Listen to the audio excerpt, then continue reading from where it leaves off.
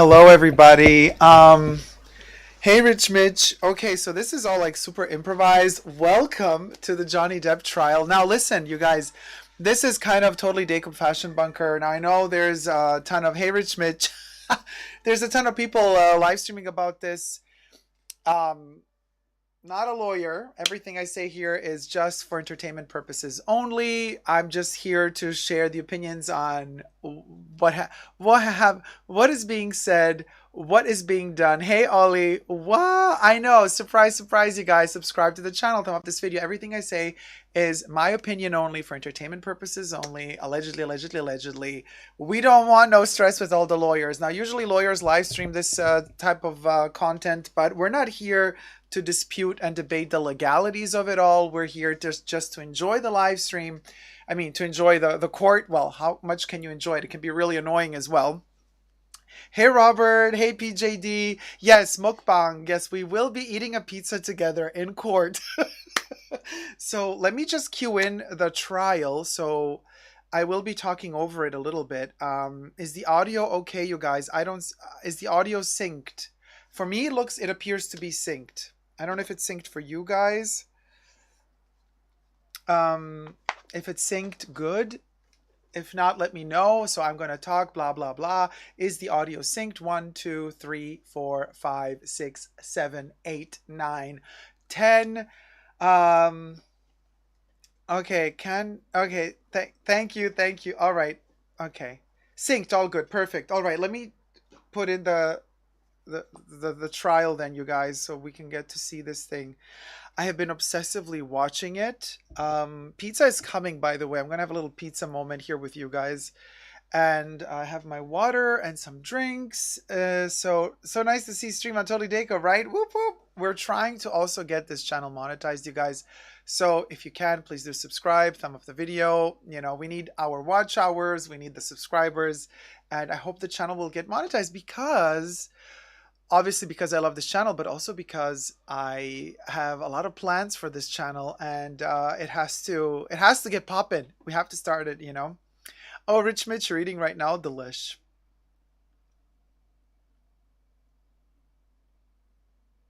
Okay, so for some reason it's not live. I don't know why. Is this a mistake? I think they're always live. Oh, are they in recess? Is court in recess or something like that? I don't know. Okay. Mm. So anyway, well, it seems that the live stream. Does anybody else have a live stream to the trial? Because the one that I have says, "Please stand by. Program will return shortly." So I don't know if they're having a break in court or whatever. But okay, well, we can recap what happened thus far. So first of all, so I guess I'm not really centered. I see myself. Yeah, I'm centered.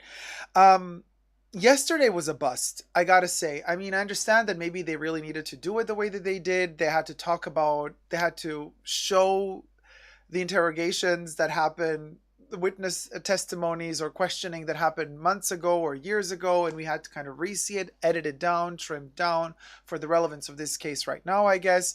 But it was so annoying. Issues with audio, issues with just, and listen, I know that the Amber's female lawyer, a lot of people don't like her, and she's kind of, really annoying with the same questions over and over again. But I have a feeling that she's actually really good at what she's doing. Because of that, she never stops um, asking and asking. Oh, hold on. She never stops asking and asking questions. And, she's like, "So were you there on that day?" "No, I wasn't." "Hmm, I see. But if you were there, would you have been there that day?" "But I wasn't there that day." "Ah. But that day you might have been there." Well, but I wasn't." "Uh-huh. But if you were not there but would have been there, would you had been there?" Hey Audrey. Hey Anyu. You know what I mean? Audrey says, "What? Alive on Thursday? Live in Ferret." Audrey, we're gonna live stream the trial, the Johnny Depp trial, but it seems that there is a break right now. If anybody knows in court, I mean, are we done for the day? I'm like, first of all, it took me forever to set up the technicalities here because OBS again was being a biatch and it did not want to do what it was supposed to do, especially because everything had to be reconnected to a different channel.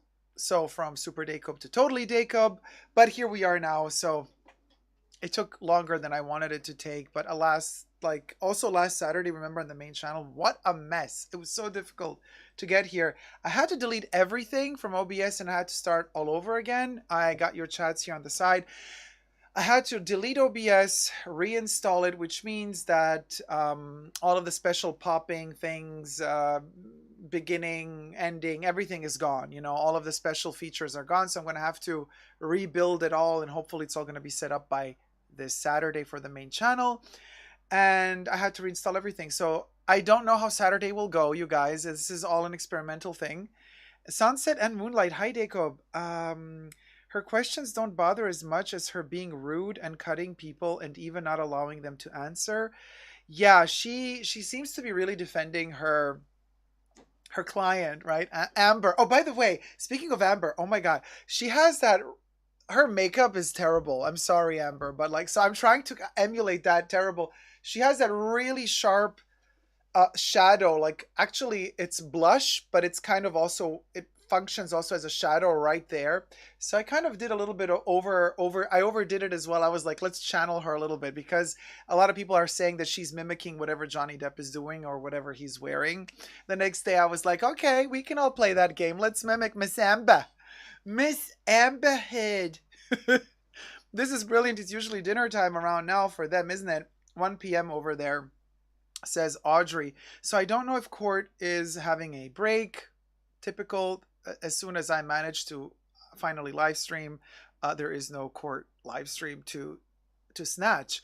The way the Karen lawyer questioned that policeman yesterday, she implied he was liable for gross misconduct. He's a bloody witness, not on trial. Oh, yeah, she was implying things like, are you aware of the fact that, like, if you didn't do your job right, you are aware of the fact that you done foe. You done foe. And he's like, yeah. I mean, she's something. She's definitely something, but I gotta say, she's doing. You know what I think? Okay, so this is what I think she's doing because, well, she's doing a lot of things, but one of the things she's doing is she's asking. It seems like she's repeating the same question over and over and over again, and I have the feeling it's because she also wants the jury to hear certain words. And it's like brainwashing you. Like, you know, like I've seen those videos on YouTube about Scientology and how they like question people and how they kind of like make you recall your past, your history, and then they make you repeat it over and over and over again. And then they make you question the reality of like, what did you really feel that? And then they, with time, alter your own perception of reality. And then you start thinking and believing that something happened that didn't really happen, allegedly.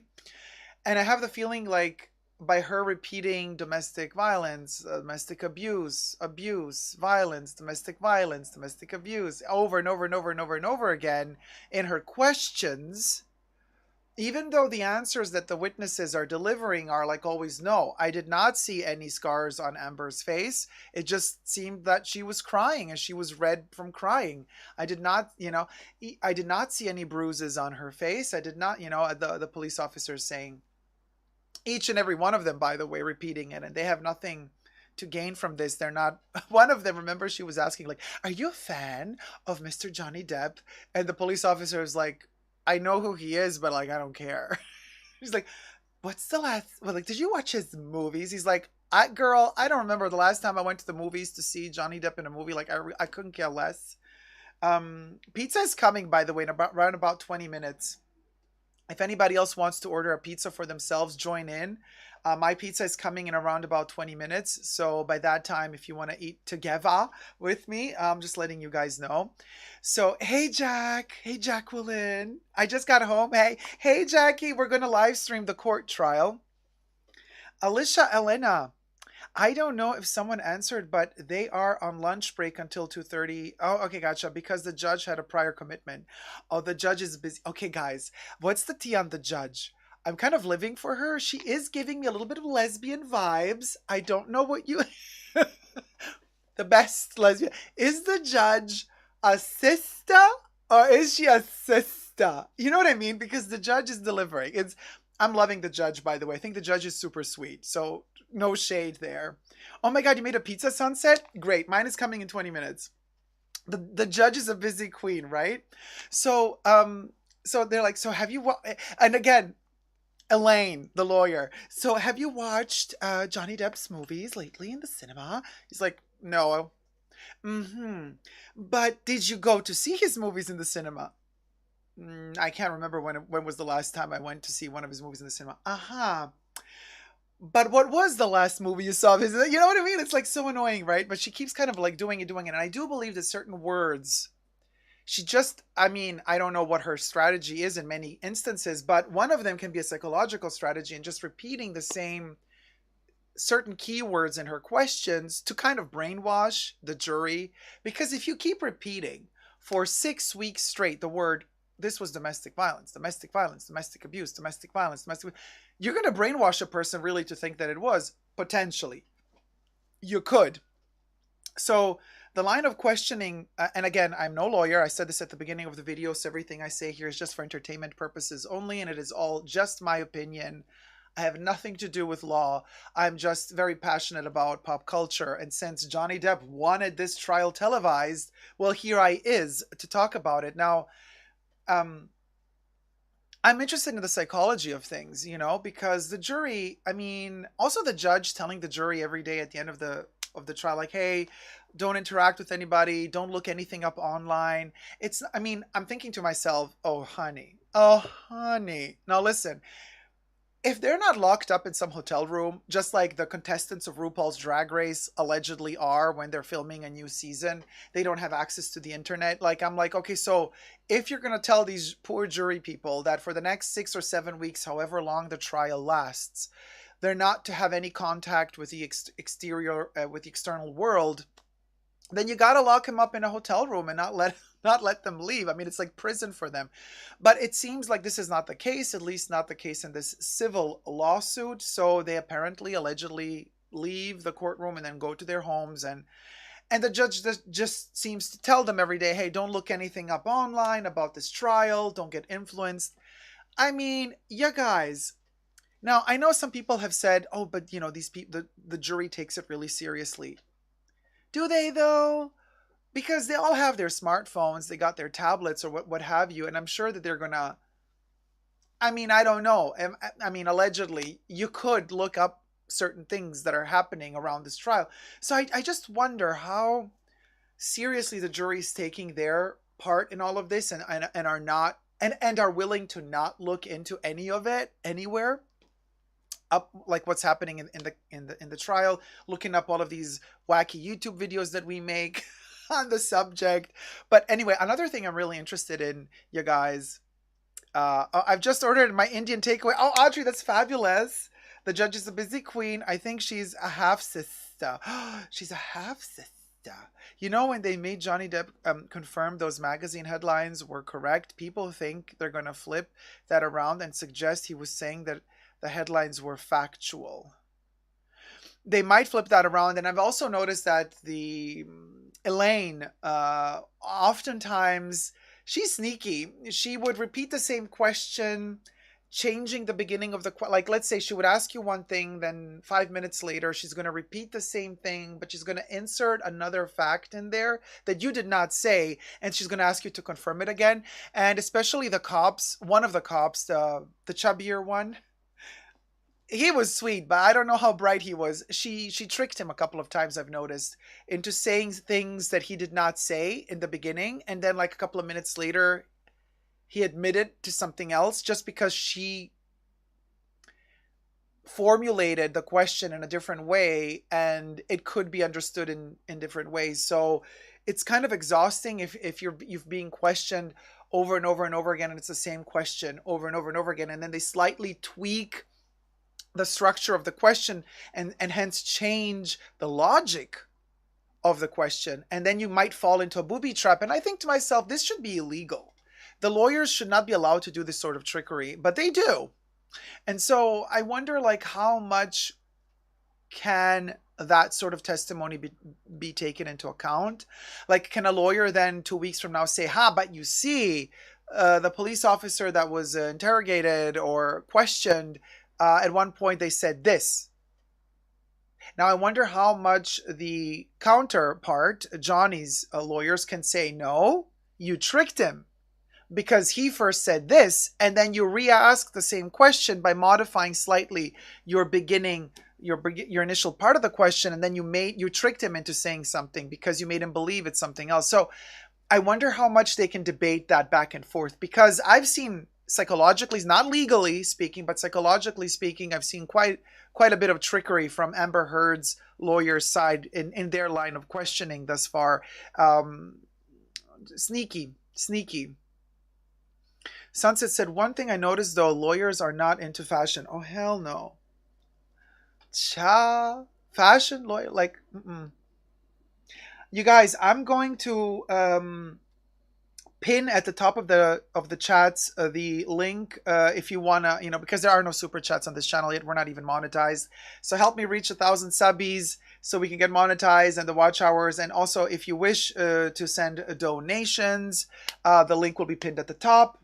There you go, guys. All right, it's pinned. I love the way Johnny's just doodling all day. He's doodling and nibbling on something. I've been thinking the whole time, what is he nibbling on? So I have here, I love my licorice. I wonder, I have a little licorice a little bit here. I wonder if he's also into licorice stuff. And he's like, oh. He nibbles on something. He kind of like a little tiny squirrel. He keeps nibbling off on something. And also, I was thinking, you guys, what perfume is it? I prepared it, okay, because he's the face of Sauvage, Dior's Sauvage. So obviously on my channel, we're going to talk the talk, okay? A lot of people, oh, hey, Mrs. Blue. Yeah, this is improvised.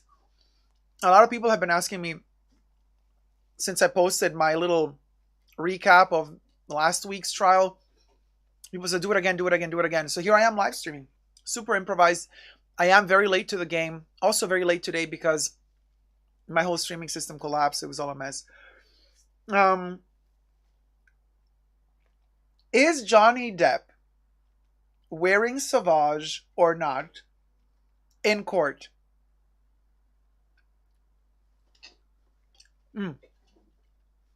And is he even allowed to wear perfume in court?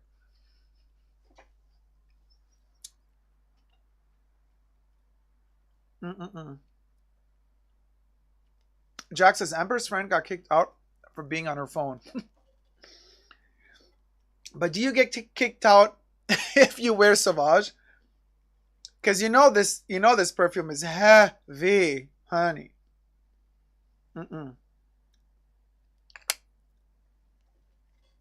So there's that.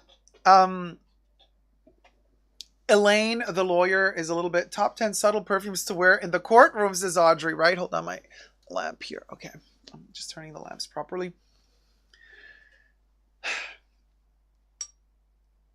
Speaking of subtlety, I'm not allowed to show you this, so I'm just going to turn it around the other side. I don't know. Nothing. We don't know what this is, but I'm testing it since days now. So that's that. I can't say more. We're still under embargo. Okay, so the judge apparently is Christian and married.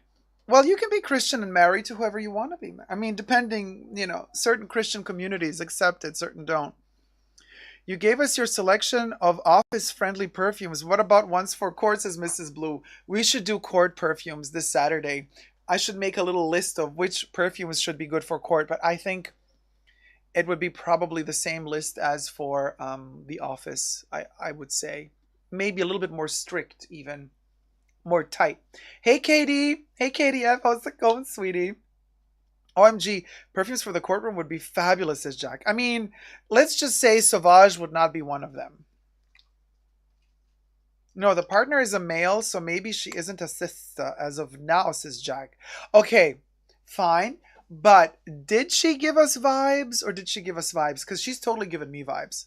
I have a very dear friend who's lesbian, just like her. Oh, thank you, Katie. Yes, I'm live and alive. Alicia says Chance au Tendre would be a great perfume for the court too. In its lightest form, maybe just the hair mist. But I wouldn't take the eau de parfum. I think that one would be a little bit too intense. Oh, she's given vibes, says Jack. Wait until the king of Twitter is in the stand. Oh my God. Wait, is it going to happen? I didn't know that Elon Musk. Did they actually say that he has to come and testify? Is he a witness?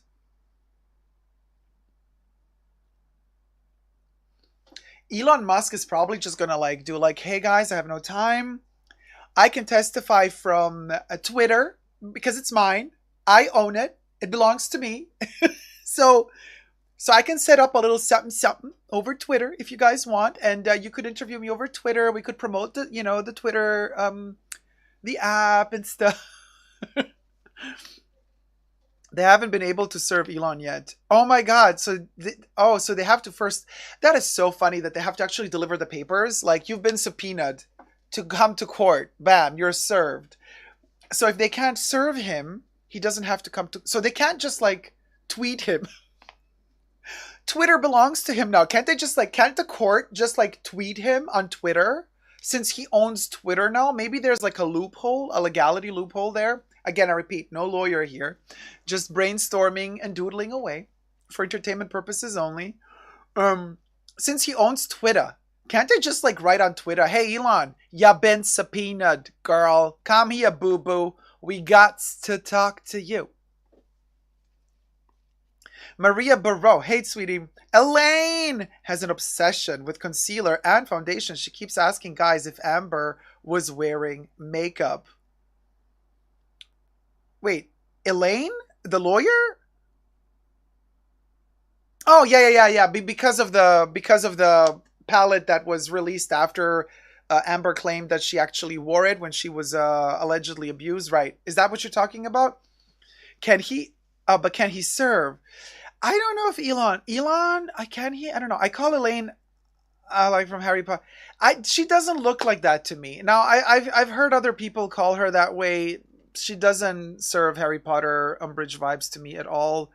Um, no, no, she lacks the pizzazz. She lacks that. Okay, so I'm gonna give you an Umbridge. This is an Umbridge. Today, we're going to see what every and each one of you are going to testify. And if you don't speak the truth and don't say what I want you to say, there will be consequences. That's Umbridge, right? Elaine is more like, um, I would like to know if what you're saying today is the truth and if I can make it sound like the truth the way I want it to sound like the truth. I would also want to ask you again the same question. So you see what I mean? She's lacking that energy. She's lacking that, and of course, the fashion sense is not with us. That's Mr. Ad Friendly, says Jack. Yes, but it's also the OG Umbridge. I mean, obviously, because she is, um, the hand like. Like prim and proper, and tea and pink, and so that's why to me they're very very different.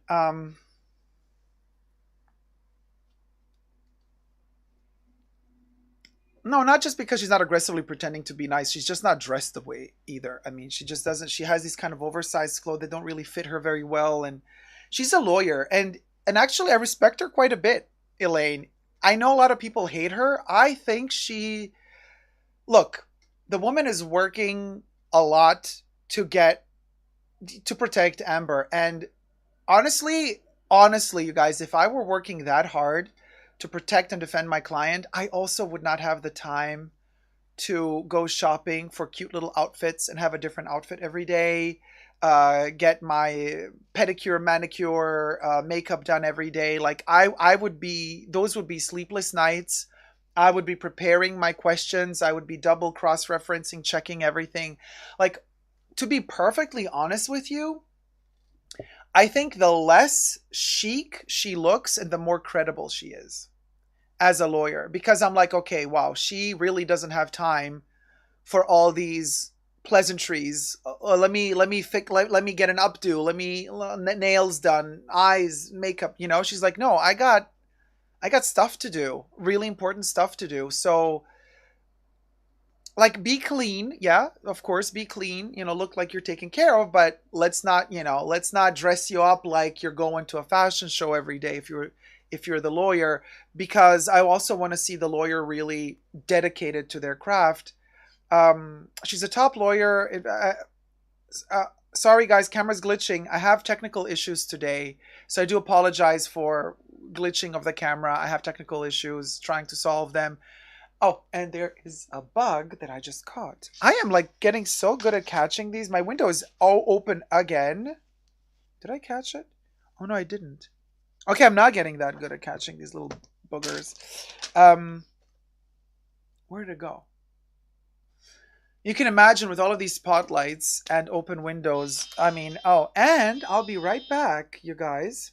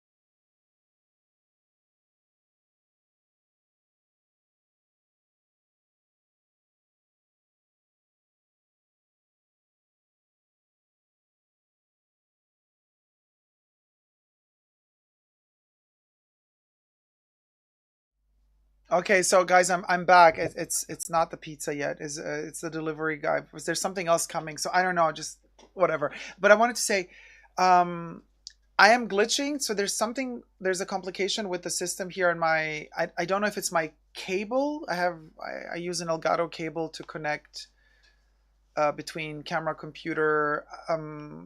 It's not OBS because I reinstalled OBS, so something is wrong. I'm gonna have to probably buy a new cable. Hopefully, it's gonna arrive before Saturday for the main show.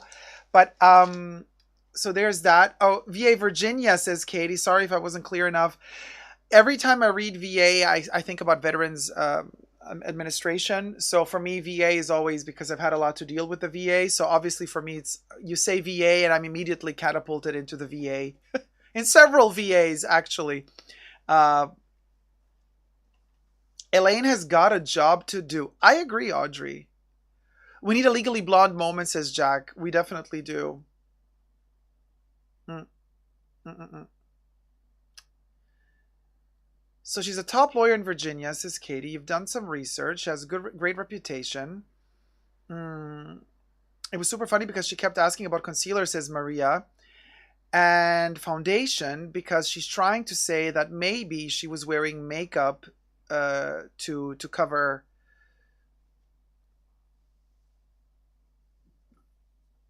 to cover up the bruising. You mean? Now, I think, again, that, just my opinion, that by repeating constantly the kind of the same questions but modifying slight little details about the question, she's really playing with the psychology of these witnesses, because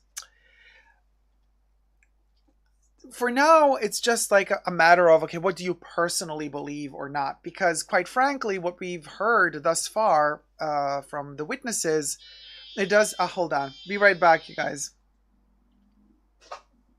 Oh, let me transition. No.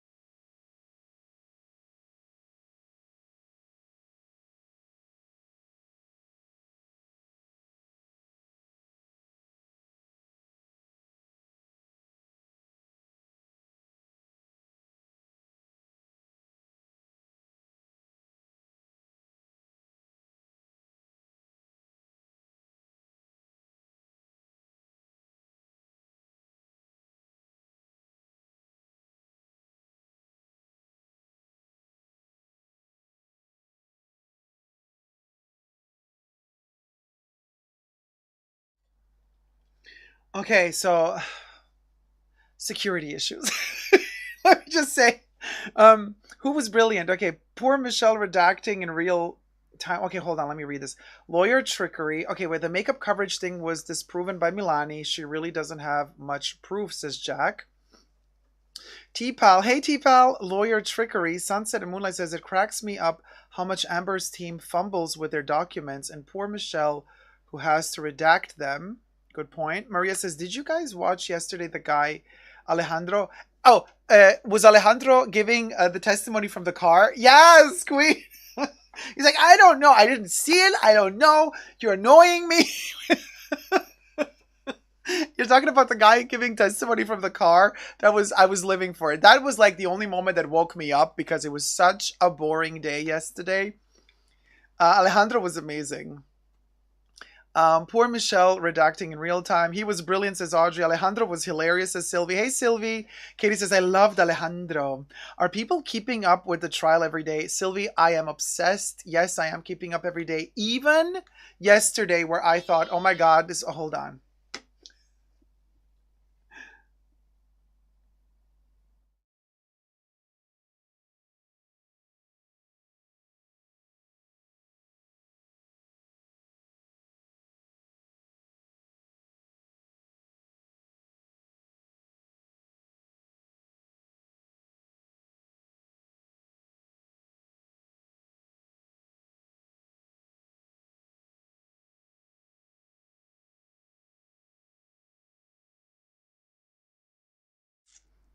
Okay, so are people keeping up with the trial every day? I said yes. I hope my curry comes soon. I'm starving. I hope my pizza comes soon. I thought this was my pizza, but again, no delivery. I have a ton of stuff coming in, and it's such a mess.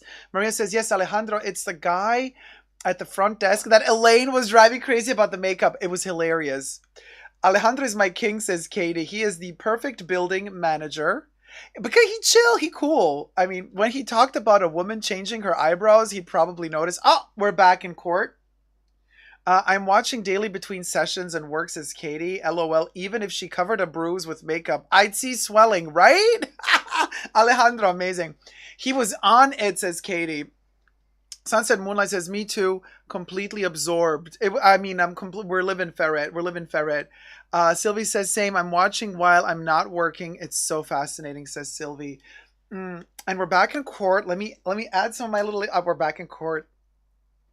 Let me add some of my lip gloss because we're serving. We're serving. Hey, if they're not serving, at least we can throw a little bit of Chanel lip gloss.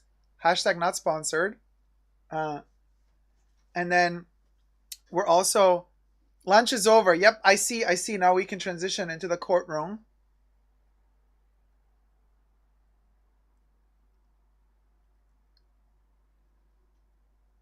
And there's still no audio because I guess they all have to enter, and then the jury is going to enter. I'm obsessed with the trial. LMAO, it's like watching Netflix. It's better than Netflix, Maria. I said this in my review. You see what I mean? Last week I said, this is the show we've been waiting for. Pandemic, Tiger King, girl, no. Johnny delivered. Johnny paid millions for this production to go to court and to get it televised, and we are living. This is what we needed 2 years ago, actually, when the pandemic. Could you imagine if they like served courtroom realness for 2 years during the lockdown? We would all be, since 2 years, just watching this, quite frankly. Oh, this is silly now. I'm totally flipped. It's like I'm looking away from the trial when I'm looking at the screen. This is not good. Maybe I can mirror myself, you know, so that at least it looks, because I'm like looking away from it, but because my screen is, let me try to mirror. Oh, it doesn't work. All right. Well, then, whatever. I'm just going to be looking away from it. Let me tell you. This is a brilliant idea, Dacob. Love watching with you. Oh, thank you so much. Hey, Aisha. How's it going, my love? Welcome. We're just entering the courtroom again. Now, obviously, I am no lawyer, so you're not going to get any law commentary from me. I'm just going to throw some shade. I managed to flip myself. Yes. But I will be like jittering a little bit. You know, it's me jerking in the courtroom. Get your minds out of the gutter. I meant the image is jerking. We're all jerking in the courtroom for Johnny. Image. Because jittering, okay? Jittering, that's a better word. Get your minds out of the gutter. Subscribe to my channel, you guys. Subscribe to my channel, thumb up this video. We're trying to get this channel monetized so that I can deliver even more. Oh, okay, courtroom is beginning. So subscribe to my channel.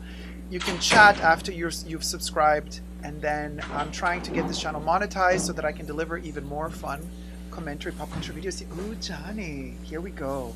Hey, love DIY. Shade done right is a masterpiece like you, darling. Oh, you are a masterpiece, darling. So,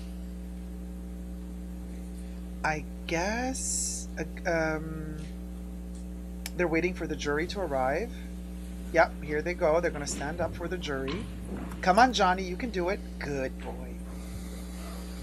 I love how he always puts his arms in front of him like a little gerbil. So cute. Isn't he cute when he puts his hands in front of his belly? So adorable. Okay, too much vibration. Okay, guys, let me know if you need the courtroom audio to be louder, because I can set it louder for you if you need me to. Dacob, your audio keeps cutting out now. It's got both audios playing. Okay, well, that's a problem, but I'm going to shut up anyway when they start talking, so don't worry. All right. Thank you, ladies and gentlemen. All right, your next witness. Yes, Your Honor. Plaintiff calls Edward White. Okay, thank you. Hi, just yapping.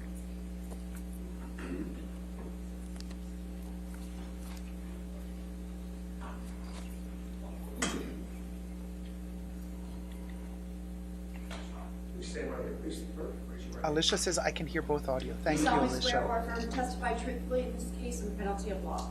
Yes.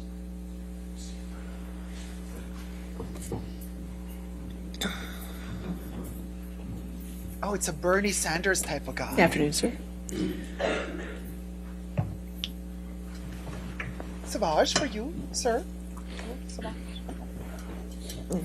Good afternoon, Mr. White. Good afternoon, Counselor.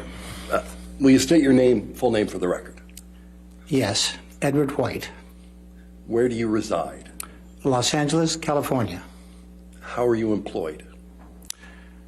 Many years ago, I founded Edward White and Company, Certified Public Accountants, and I am the managing and senior partner of the firm. What is a certified public accounting firm? A certified public accounting firm is authorized by a particular state, in my case, California, to audit financial information and to certify the statements related thereto. What's the nature of the work that's done at Edward White and Company? It's diversified. It includes providing tax and related compliance services, that is to do the tax returns for the clients. That's both fiduciary, corporate, individual, as well as partnership work. We also are involved in providing financial statements for financial institutions and for governmental agencies. We, in addition to that, have a business management department and provide a wide variety of services in that capacity. Are you the Edward White of Edward White and Company? Yes, I am. Wow, Edward White. Who do you employ? We employ a very talented group of professionals that have really amazing credentials.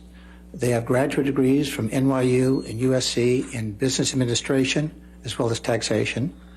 Many of my colleagues have been with the firm for over 25 years, in one case for 35 years. I'm very proud to be associated with this group of people. Who are your principal clients? We represent approximately 100 high net worth individuals and the companies that they own and operate. In addition to that, we do work for governmental agencies such as the Department of Justice, the state of Alaska, the state of California, and the city of Long Beach. What's your educational background? I started my college career utilizing the GI Bill. I served 4 years in the Air Force and was fortunate enough to have that opportunity. My undergraduate degree was in business administration, and I have a master's degree in business administration from the University of Southern California. After completing my graduate degree at USC, I studied I took several tax classes, corporate, fiduciary, estate and gift, and subject matters such as that. Do you have any other experience with education? Yes, I was a former professor of accounting and taxation at California State University, located in Los Angeles, California. What kind of work do you personally do? The work I do is primarily transaction-oriented, acquisitions of companies, dispositions, that is buying or selling a company, arranging financing with large financial institutions, consulting with clients where they feel it's appropriate for me to be involved, assisting my colleagues. As I mentioned to you, we have approximately 100 high net worth individual clients, and there's always something that I can contribute to. Do you hold any certifications? Yes, I'm certified in financial forensics by the American Institute of Certified Public Accountants. Forensics. I'm also a member of the American Institute of Certified Public Accountants and the California Society of Certified Public Accountants. And of course, I'm a certified public accountant. He's What the are type financial of person, forensics? his surname, you don't pronounce it as White. That's you an pronounce it attempt as to White. ascertain not only the facts, If but you know, what you know. transpired as relates to financial activity. So you do a study based upon financial records. You then look at contracts. You look at other financial information in an attempt to, once again, not only ascertain what the results were, but what caused the results. Have you ever previously testified in court?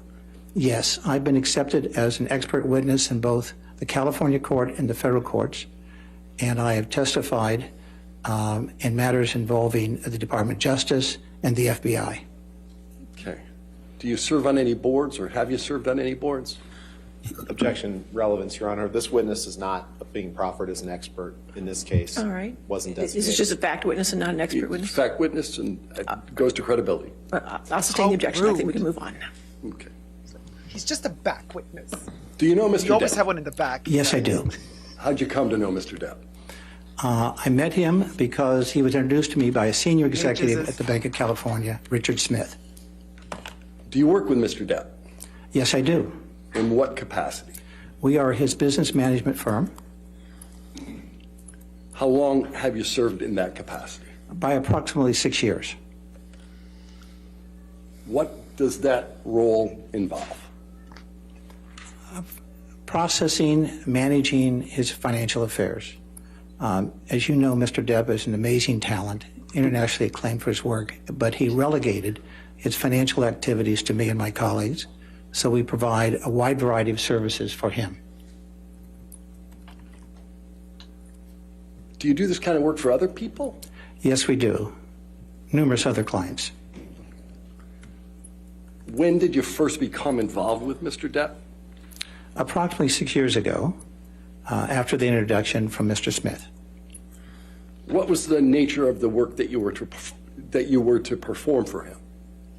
Hey, Despina. Initially, it was to perform a forensic study, evaluate his financial affairs, and to formulate recommendations on how he could manage his affairs in a more advantageous manner. After you conducted that analysis, Oh, Johnny can what have did as you many do? eyes as he wants on me. I met with Mr. Depp, the purpose of which was to share with him the results of our findings and to make recommendations on how he could resolve the issues he was confronting. When was that meeting? That meeting was on April 21st, 2016. Who called the meeting? I did. I called the meeting because I felt it was appropriate to meet with Mr. Depp and to discuss his affairs and to provide him with opportunities and plans and strategies to resolve the issues he was confronting. Where was the meeting held? It was held at his offices in Los Angeles, California. Do you know approximately what time it began? It began at approximately 7:30, and my recollection is there were 7 people in attendance, including Mr. Depp and myself. Was alcohol served at the meeting? Not to my recollection. I don't recall any alcohol being consumed. Did Mr. Depp stay for the entirety of the meeting? Oh, yes. He was very interested in the contents. He asked very thoughtful questions. He was fully engaged and fully sensitive to the matters that we were discussing. Did there come a time when Mr. Depp didn't participate in the meeting? No, he was very actively involved. He did excuse himself on 2 or 3 occasions. It's my understanding that he was going to contact Ms. Heard and attempt to respond to her concerns and also address the fact that this was an extremely important meeting and that it involved his financial viability and that he felt it imperative to stay and address the issues I was discussing with him. When did the meeting conclude? At approximately 9:30. So it went for approximately 2 hours. At the conclusion of the meeting, what did you observe as to Mr. Depp? That he was fully engaged once again. He thanked me profusely for not only addressing the problems, but he was excited about the fact there was a strategy and plan to resolve the problems. Did he appear impaired to you in any way? No, to the contrary, I found him to be... I'm sorry, sir, there was an objection. All right, what was the objection? I'm sorry. Leading. Just, I asked him for his observation as to impairment. Well, if you want to ask different, I'll sustain that objection, but you can ask another question. Did you make any observations as to Mr. Depp's potential impairment? It was readily apparent to me that he was actively involved in the conversation. He asked very thoughtful and prudent questions. He was genuinely interested, and once again, when he left, he thanked me profusely for not only addressing the issues, but formulating a strategy and plan to resolve them in a successful manner. Did you Mr. White. Did you play any The role jury. on Mr. Depp's behalf with Convince respect them. to the dissolution of his marriage to Ms. Heard? Yes, I was actively involved in the negotiations of the separation and the marriage dissolve. What role did you play in those negotiations? Well, in my capacity as his business manager, I understood his financial capacity and the tax implications associated with it. So I was actively involved in addressing those issues as they were forthcoming from counsel. You mentioned tax implications. What are you talking about there? Excuse me? I think you just mentioned tax implications. What are you talking about there? Well, what I was talking about is that when Ms. Heard began the negotiations, she was asking for approximately $4 million. That Objection, Your balance Honor. then was Foundation, increased. Hearsay. Lack of foundation. Hearsay. These are requests made by Ms. Heard and her counsel in a conversation, in communications. Here, you want to approach for a minute? Certainly.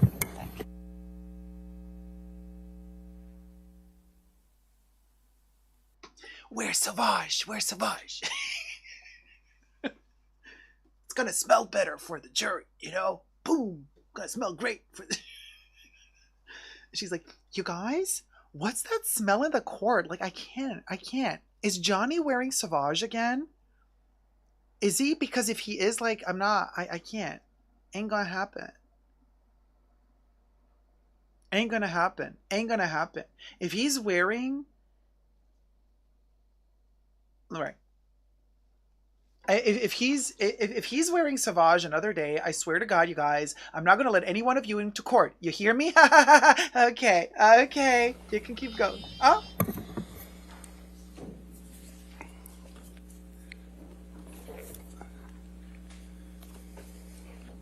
As a result of your involvement on behalf of Mr. Depp in the negotiation, what was your understanding of what Ms. Heard was looking for?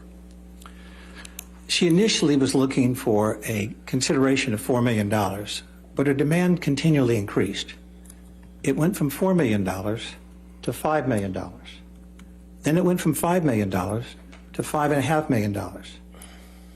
Then it went to $7 million. And then it was $7 million, and she demanded that Mr. Depp also pay $500,000 to her attorneys. Then, after that consideration, she also said that all the community liabilities that were accumulated Objection, during the Your course of the Honor. marriage, which approximated Sorry, there's $13.5 an million. objection, sir. Whenever there's an objection, I'm sorry. If you can't hear it, I'll let you know. Okay? thank you, Your Yeah, no This problem, just sir. goes into his allegations of what she said, which Your Honor just instructed, sustain the objection on that. He has no foundation to suggest that, no knowledge of that. Your Honor, I understand that. I asked his understanding. All right, I'll overrule the objection. Go ahead. May I continue? She'll tell you yes. Yes. Go ahead, yes. Thank you, Your Honor.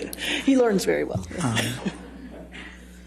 So the next demand was that all of the community liabilities that were unresolved, approximately $13.5 million, that Mr. Depp had to pay those liabilities in its entirety. So at that point, she was demanding $14,250,000 of consideration, and then it got worse. The next demand was that all of this consideration be paid to her free of taxation. And Counselor, for him to pay $14,250,000 to Miss Heard, that would require him to earn approximately Objection, Your Honor. $30 million. This is so far beyond the scope, so far beyond his foundation of what was discussed. All right, I'll sustain that last answer. All right. Next question. Did you make a proposal as to how payments would be made to Ms. Heard? Yes, I did, and they were initially contemplated to be paid directly to the charities. The Children's Hospital of Los Angeles, for the benefit of the children who required severe medical service, and to the ACLU. During the course of the negotiations, one of the demands, because the contract changed, was that the payments be made directly to Miss Heard. Did you have any personal involvement with either the ACLU or the Children's Hospital? Yes, I did. What was that? Mr. Depp directed me to issue two $100,000 checks directly to the Children's Hospital Los Angeles. I knew that he was involved and supported their efforts and appreciated his service. In addition to that, he directed me to contribute $100,000 to ACLU. In accordance with his instructions, my colleagues drafted the checks, I executed them, and they were delivered to the two charities. Did you continue making payments to either of those charities on Ms. Heard's behalf? No, in fact, I was chastised for making the payments by Ms. Heard's counsel and told that the payments in the future had to go Objection, Your directly Honor. to her. This is clear hearsay. He's not answering the question. I would ask for you to instruct him to answer the question No. and not expound upon his. I'll sustain as to hearsay. Next question. What role did you play with respect to the payments ultimately made to Ms. Heard? We supplied the payments to Ms. Heard in accordance with the agreement, either on or before the date in which they were required to be paid. The first payments made to Ms. Heard was $2 million in 2017. Then in April of 2017, another payment of $1 million made payable directly to Ms. Heard was made. Then in August of 2017, another $1 million was paid directly to Ms. Heard. Then in November, $500,000 was paid directly to Ms. Heard. My colleagues drafted those checks, I executed them, they were delivered on a timely basis. Therefore, in 2017, she was paid $4.5 million directly paid to her. Then on February 1 of 2018, she was paid the final installment of $2.3 million for total payments that went directly to Ms. Heard of $6.8 million. Do you know when this lawsuit was filed? Yes, it was filed in March 1, 2019. Hi, Madame. Were the payments that were made on Mr. Depp's behalf directly to Ms. Heard the only economic benefit she received? Objection Audrey, he's a leading. number guy. He knows all I of haven't that. heard the, go, I'll overrule the objection for us now. Go ahead. Were the payments made on to Ms. Heard the only economic benefits that she received from the settlement agreement? No, as I shared with you earlier, Mr. Depp was required to pay $500,000 to Ms. Heard's counsel, which he did in a timely and respectful manner. He was also required to pay all the community liabilities, which accumulated during their 15-month marriage, was approximately $13,500,000. So he paid all the community liabilities. Yeah, Maria, her She paid lawyers none are of them. scared. That's why you have to aggregate the money that was paid directly to her, the money that was paid to her, to the charities on her behalf, the money that was paid to her attorneys, and the relief of all these liabilities that he had to satisfy. That's why I said to you, Counselor, that the total consideration paid to her was $14,250,000, and she demanded that that payment be made free of taxation, that Mr. Depp would have to satisfy all the tax liabilities. How long were they married for? They were married for Money 15 doesn't months. lie. Okay. Good point, Audrey. Were the payments that went to Ms. Heard the only payments that you've made on Mr. Depp's behalf? No, we satisfied all of his obligations, so it was very customary for us to pay everything that Mr. Depp was obligated to pay. Muffins for dessert. Are you familiar with an entity known as 2020 Wine Merchants? Yes, I am. Why are you familiar with it? It's a prominent purveyor of wine in Los Objection, Angeles, Your Honor. California. Foundation, hearsay. I don't see the hearsay, but I don't know. Foundation at this point. Can we Anticipating. Sure. I love the Sure. judge. I don't hear hearsay. Oh my God, yeah, a mega pint. We got a mega pint of Pepsi as they're approaching the stand.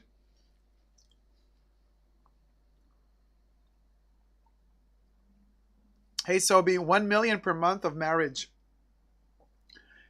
It's insane. Now she's like, the judge is like, oh, hold on. Did Johnny give her 14 million? Okay, can I get 14 million? You guys, can we make it happen that I get, like, come on. Guys, let's make it happen. The three of us together. This is just for entertainment purposes only. None of this is true, what I'm saying. I think where we left off is I asked you, how were you familiar with 2020 Wine Merchants? And if that's not what I asked you, that's what I'm asking you now. 2020 is a highly recognized purveyor of wine in Los Angeles, along with other companies. What involvement, if any, did you have with 2020? I satisfied the liabilities that Mr. Depp incurred, which at the dissolve of their marriage was approximately $160,000.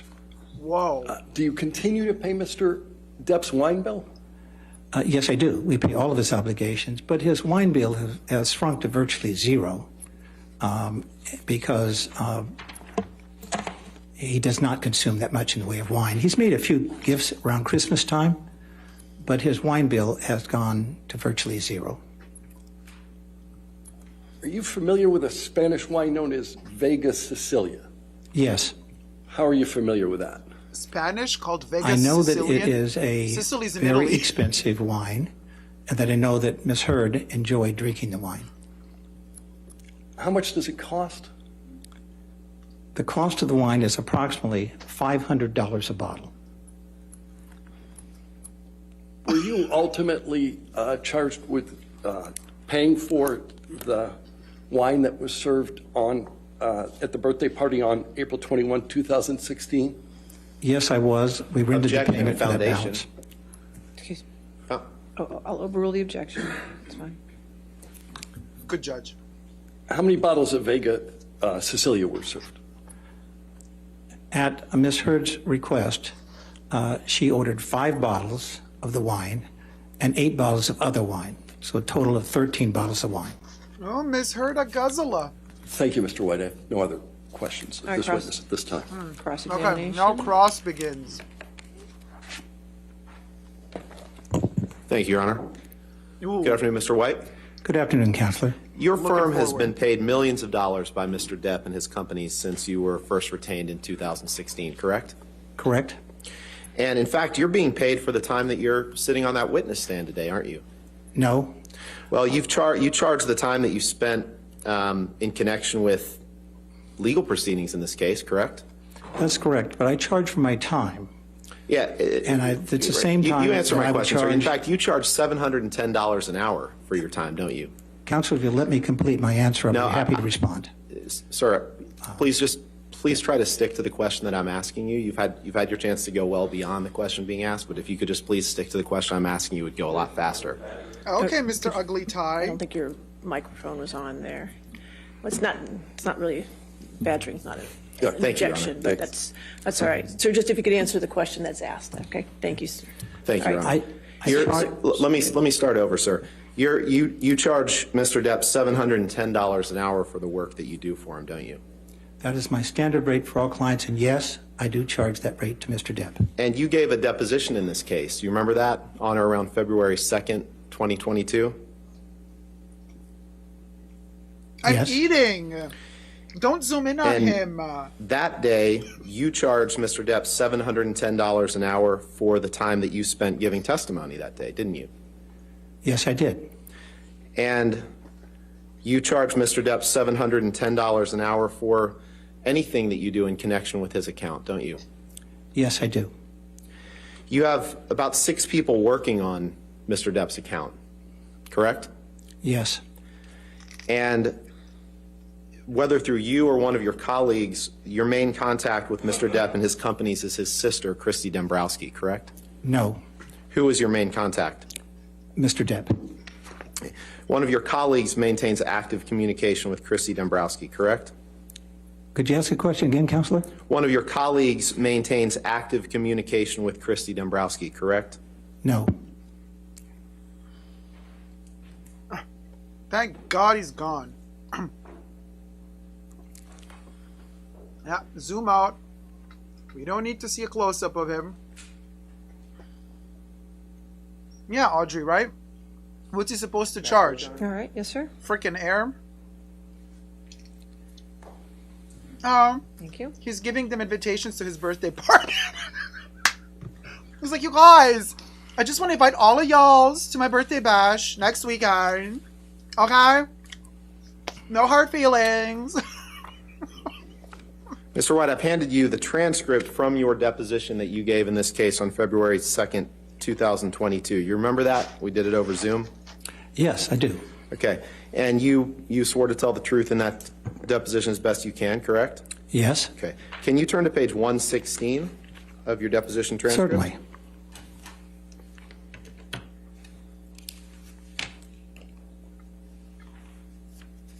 Did you say 16, Counselor? 116, 116. 116.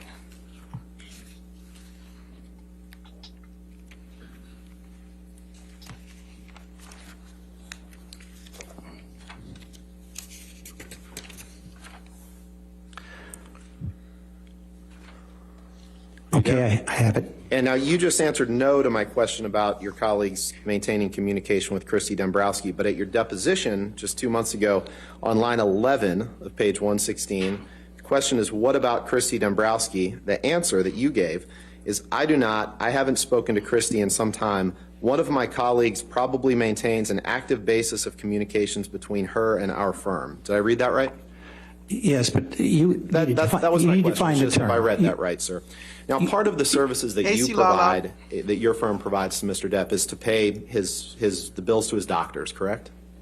Yes, And you make payments relating to maintenance or damages to his properties, correct? Yes. Now, you were contacted in early 2016, right? You testified to that to do work on behalf of Mr. Depp? We were engaged in March Engaged. of 2016, if that's your question. Right, right. Around February 10th, is that when you were first contacted? They were I do lovers. not recall the date. And you said you were introduced by executives, a guy named Richard Smith at the Bank of California? Yes. Mr. Depp owed significant amount of money to the Bank of California at that time, correct? No. He owed money to the Bank of California, correct?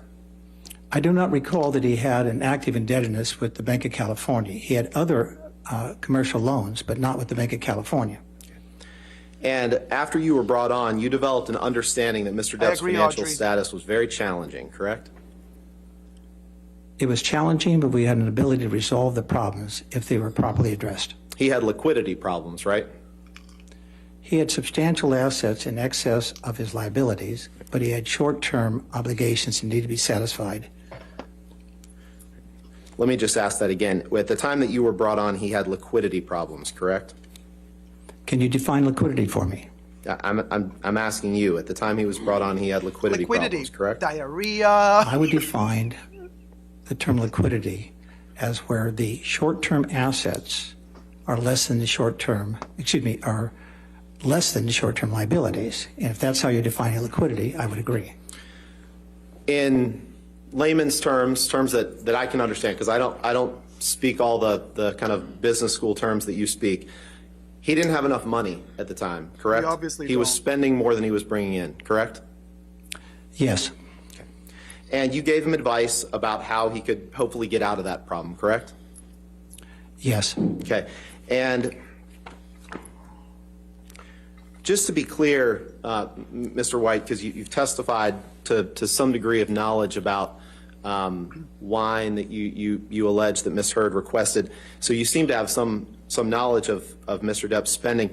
Ms. Heard didn't buy any of the dozens of properties that Mr. Depp owned, correct? Correct. He owned the assets prior to their marriage. She didn't pay $5 million to blast Hunter Thompson's ashes out of a cannon, did she? Not to my knowledge. She didn't buy a yacht that she couldn't afford and then have to sell it to J.K. Rowling, did she? Not to my knowledge. I was Now, wondering let's why talk he about sold that that yacht meeting to on J.K. April Rowling. 21st, Because he wanted a 2016. role in the movie. You said maybe. the meeting started at about 7:30 p.m. Yes. and lasted till maybe 9:30, is that right? Yes. And you have no idea, no personal knowledge where Mr. Depp went after he left that meeting, do you? That is correct. I did not go with him. I went home. And at that meeting, Mr. Depp was given some catastrophic news about his business, correct? He was given news that he needed to address a number of financial issues, but I had a strategy and plan to fully resolve them. Oh, good, Mr. White. That news that he was given that night was catastrophic, wasn't it? No. I love him. No, it wasn't. May I approach, Your Honor? All right. I can deal with numbers. No number is catastrophic for Mr. White. That number was catastrophic. And Mr. White, no.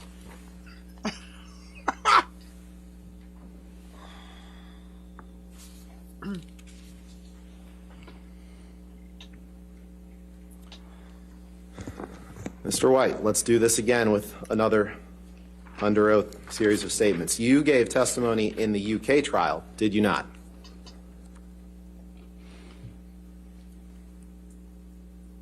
Yes. And that testimony was under oath, correct? Yes. All right. And in front of you, I have your testimony from the UK trial, and you gave that testimony on behalf of Mr. Depp, correct? I gave it honestly. Okay. You gave it on behalf of Mr. Depp, correct? You were one of his witnesses called. That is correct. Okay.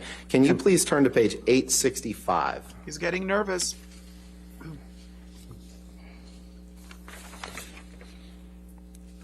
Unfortunately. And it's just the second page of the document, upper left. Before that, the questions are talking about this meeting on April 21st, 2016. Did you see how he, like, And you looked were at asked the Johnny? question, Like- question now Mr. Depp was given some catastrophic news about his business. Answer, that is correct. Uh-oh. Did I read that right? You did, but remember, That was just when my I get a question. chance You to answered my respond, question, sir. You answered I my did not question. define that term. Sir, Mr. You'll have a chance. The attorney will get back up and redirect you, okay? So if you could just answer his question, that's fine. And the reason I'm asking, sir, is because you just gave the exact opposite testimony here. So that's why we pointed that out. Now, you, at this meeting, you had a discussion about his financial affairs and a necessity to formulate a revised business strategy and plan, correct? Yes, And you talked about the following financial information. You talked about bank obligations and tax liabilities, right? yes, Which means money you owe to either the government or banks, correct? yes, You talked about assets that he needed to sell, correct? yes, Properties and things like that he needed to sell to generate money. correct, You talked about ways to reduce spending, correct? yes, And you talked about how to get new engagements, correct? yes. How to get new gigs, right? Not how to get them, but The I need to encouraged get him them. to get them. I'm not an Understood. agent. I do appreciate not that. procure his engagements. And understood. He's like, You "You're not gonna talked trick me about the again." need to get new gigs to generate additional money to help address these financial woes that he was experiencing, correct? Yes, You also told him at that meeting that his taxes, he hadn't paid taxes in years, correct? no, that's not correct. That he had not paid any taxes in years is not correct. That he was significantly delinquent in federal tax obligations dating back years, correct? I don't know how you're defining years. There were delinquent liabilities. I addressed them and formulated a plan. And now he's going to say, but you said something else 2 years ago. Oh, no. Love DIY says this really bears no impact on the case. He's trying to discredit his authority and believability by saying like, you lied here, you lied And you there. talked about the significant delinquent tax liabilities that would run into the millions of dollars for taxes unpaid, correct? That is correct.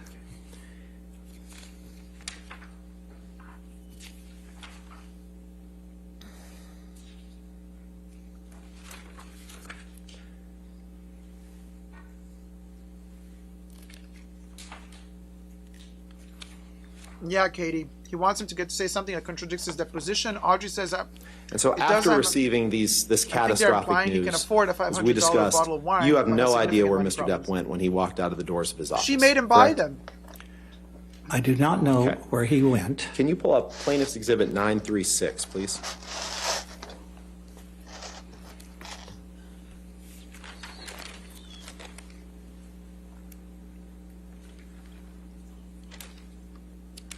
And Mr. White, I'm not going to, this is a long document that we can scroll through, but what I'll represent to you, and Michelle can sort of scroll down, Yeah, but is the that wine was for these her. appear to be Mr. Audrey. Depp's tax returns for Mr. Depp and his companies from 2009 to 2019. Do you see that?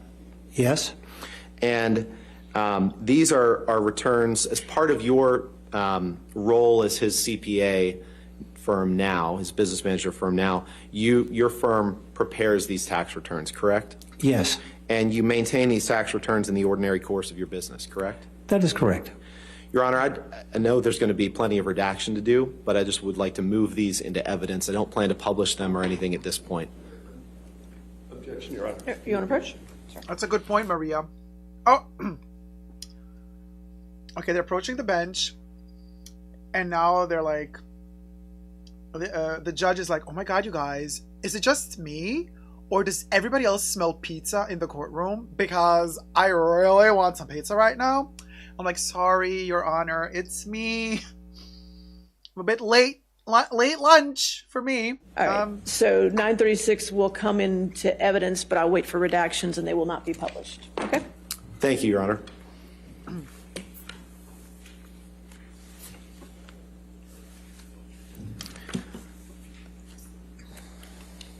Now, Mr. White, you understood that Mr. Depp showed up hours late for work on Pirates 5, correct? That is not correct. Careful, Mr. White. He's going to tell you. Are you familiar with Tracy Jacobs? Yes. That's Mr. Depp's former agent, correct? Yes. And at the time that she was serving as his agent, part of her job responsibilities, to the best of your understanding, was to communicate with you about Mr. Depp's financial affairs, correct? To the extent she had knowledge, Right. yes, she would communicate. And you and she did communicate about Mr. Depp, correct? During the period of her engagement, yes, we did communicate. Okay. Can you pull up Defendant's Exhibit 874, please, Michelle? Oh, no. What is he going to pull out now?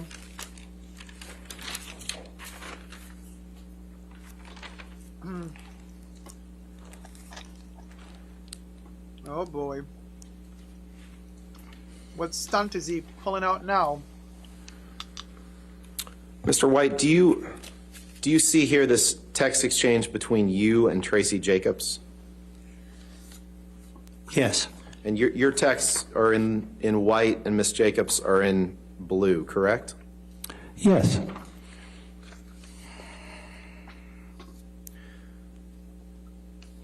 She's in blue. Michelle, could you please scroll to the document that is Bates stamped Depp 19246? It's about the fifth or sixth one down, please.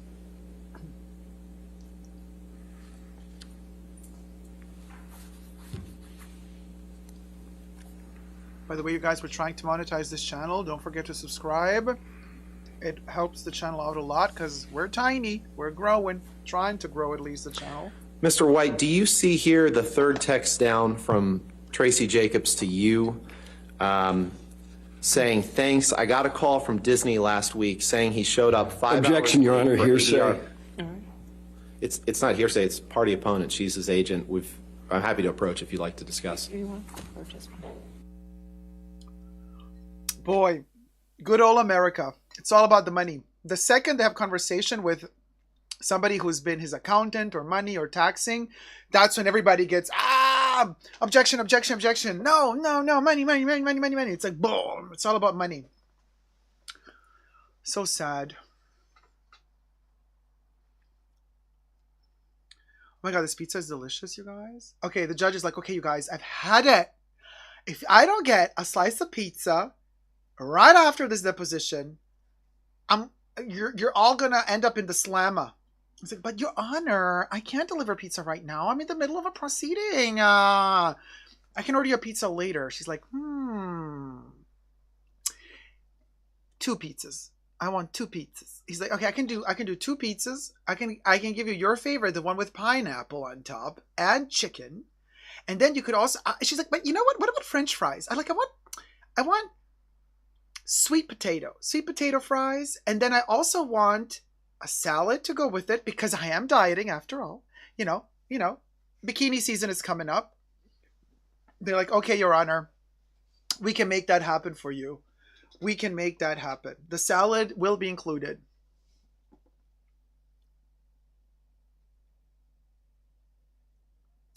Audrey says, man, they should have their pedometers on today because they're walking. Silala says, we will be having pizza for dinner, coincidentally, but I want it now. Oh my God, pizza is the food. It's the food. And bragging much, T-Pal, I can't multitask. What's going on, you guys? Oh, shit, but Karen is a vegetarian.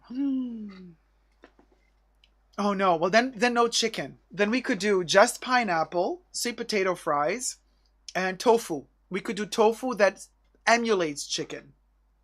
Bikini season. She's like, okay, look, let me write down the schedule. This is the schedule before we hit bikini season, okay? You're going to have to deliver a salad a day, and I want the sweet potato fries 3 times a week. Then I want to do that Jane Fonda aerobics class because, the 80s are back.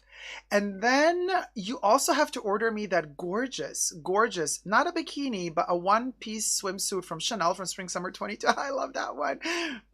And then also Also, I want towels from Hermes. You could do a Louis Vuitton towel as well, but it has to be classy. I don't want none of that logo shit. Okay, not in my courtroom. And then we could do Brazilian wax next month. I want to say 16th of May. And the guy, Rottenbaum, is like, yeah, we can do that. Okay, good. And then I also want, for the whole family, I want a trip to Disneyland, because all of y'all have been talking about Disney all this time. You've gotten me thinking, let's do Disneyland with the family. And the Rottenbaum is like, yeah, okay, we're going to do Disneyland. Anna Delvey says, I need to get in contact with Mr. White. He could sort out my wire transfer. Yes, Anna Delvey, he definitely can. I'm sure he could help you. Everything we say in this video is for entertainment purposes only. Please do not forget that. This is just to have some fun together. I'm here to entertain you. Nothing of what I say or what my fellow co-chatters, well, I can't vouch for them, but we're here just to entertain. So everything is alleged. Just bear that in mind as you're listening to this crazy commentary that I'm giving you. Of course, the judge is not saying any of those things. I am just entertaining you guys. Oh, Anna, if only you hired Mr. White, says Silala. Sylvie says, is anyone following the Kardashians versus who? It's not televised, but it's also bonkers, although not as much as this one. No, well, if it's not televised, it doesn't exist. Uh-oh. Here comes another lawyer. Approaching the bench. My words are opinions only, LOL, says Katie. I will be on the phone to him momentarily, says Anna Delia. I have time for this. I have time for you, Mr. White. Oh my God, they're still sorting out that bikini wax schedule. And now they're thinking like, okay, and then you gave us the invitation to your birthday party next weekend. I don't think I'll be able to make that. Can we postpone? Huh? What do you think? What say you, Rottenbaum? He's like, well, you're going to really hurt my feelings. She's like, all right, I'll come. I'll come. But if I do come, if I make time for you, then I want an extra swimsuit for Chanel, whatever they release next summer. You know, I have faith in Virginie Viard. She's a fellow woman like me, and I want that swimsuit next year as well. The Kardashians is a telenovela, says the Spina. Well, yeah. Yes, they are. Oh, the police officer's like, okay, let me grab a moment here and go to the loo. She's like, okay, then I want you to give me also a little tiny bag. You. It's going to be you. You're going to give me a little tiny Chanel bag. He's like, yeah, okay, I'll do it. All right.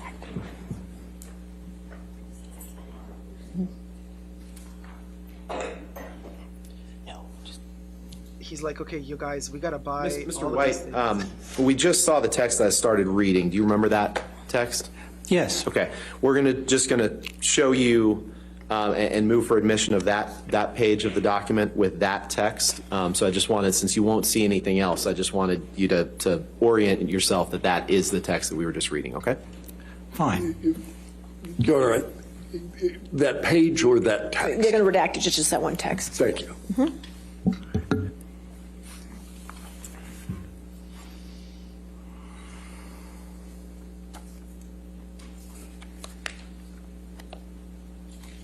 Totally forgot Amber is in the room.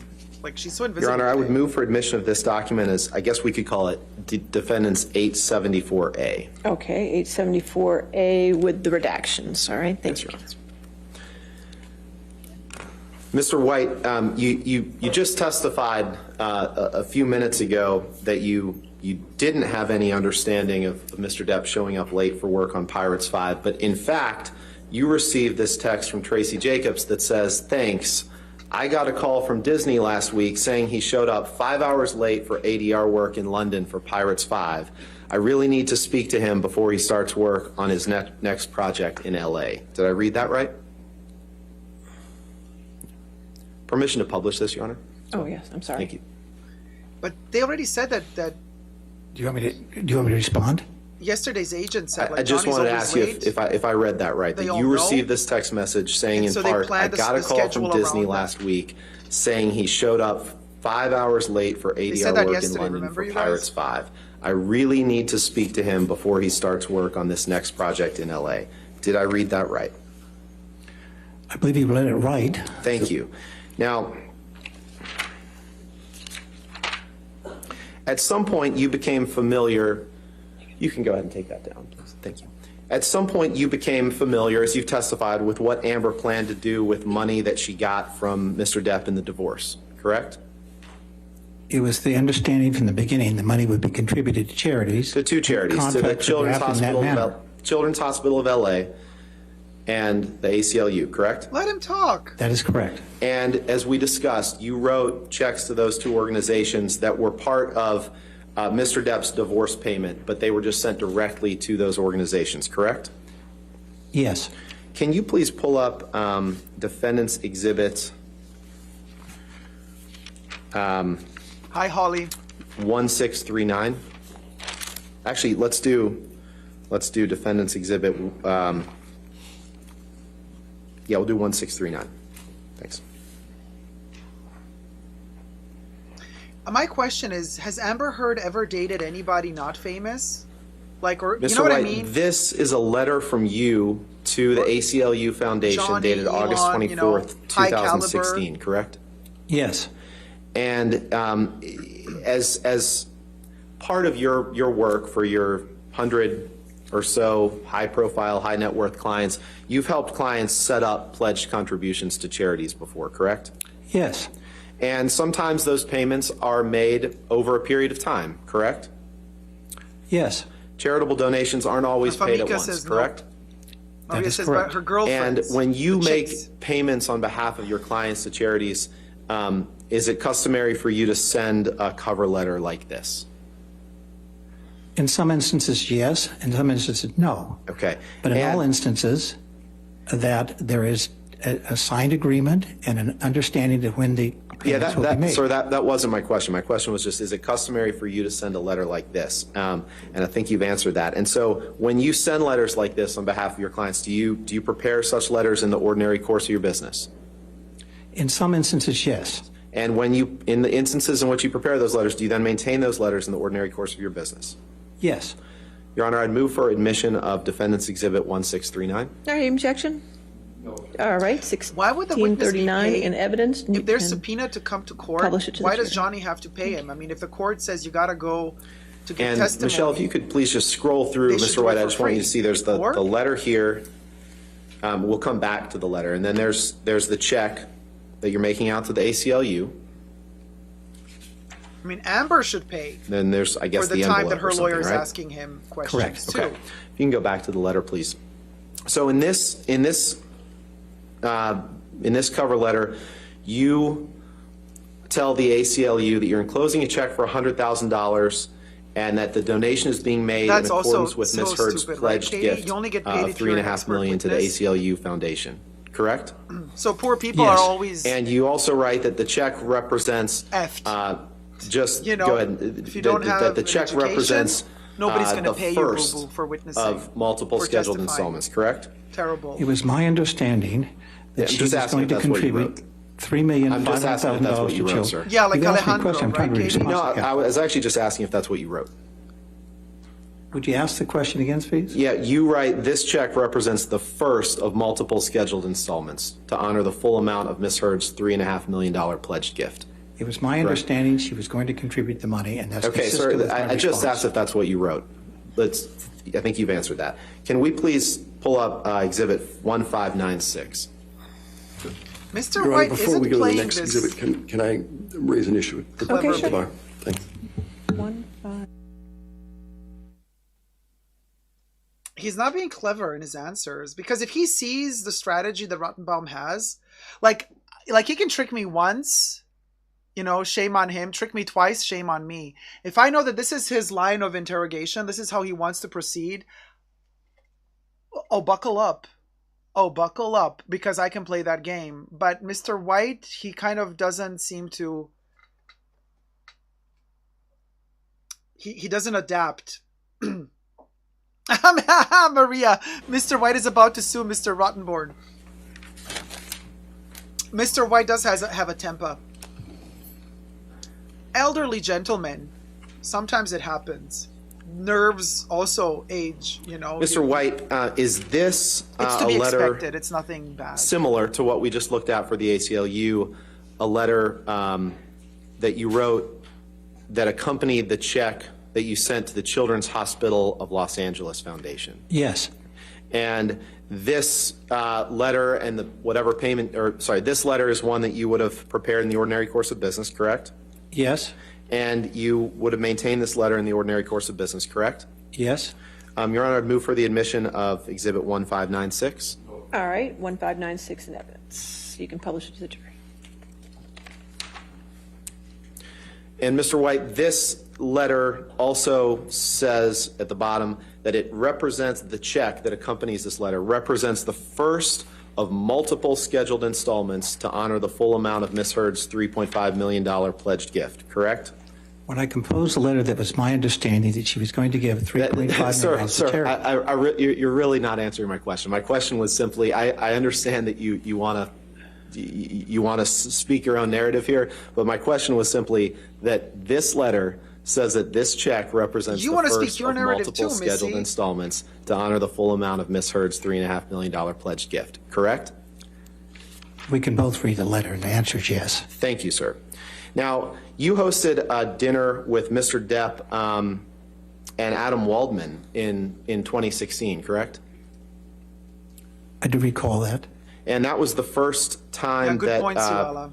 Mr. Depp had been introduced to Mr. Waldman, correct? I do not know that, to be factual. Now, you are not an expert on California divorce law, right? Correct. And you're not an expert on the division of marital property in California, correct? I'm not an expert, but I've been actively involved in numerous cases involving the dissolution of marriage and the related proceeds are distributed to each God, respective my party. cable is dying, you guys. I'm jittering more and more. I'm glitching into the matrix. Now, I'm you going to appear in can't that court any give any minute. sort of legal opinion or testimony as to whether or not Ms. Heard would have been entitled to more in the divorce settlement with Mr. Depp than she received, correct? I'm not an attorney at law. Okay. I don't render legal opinions. So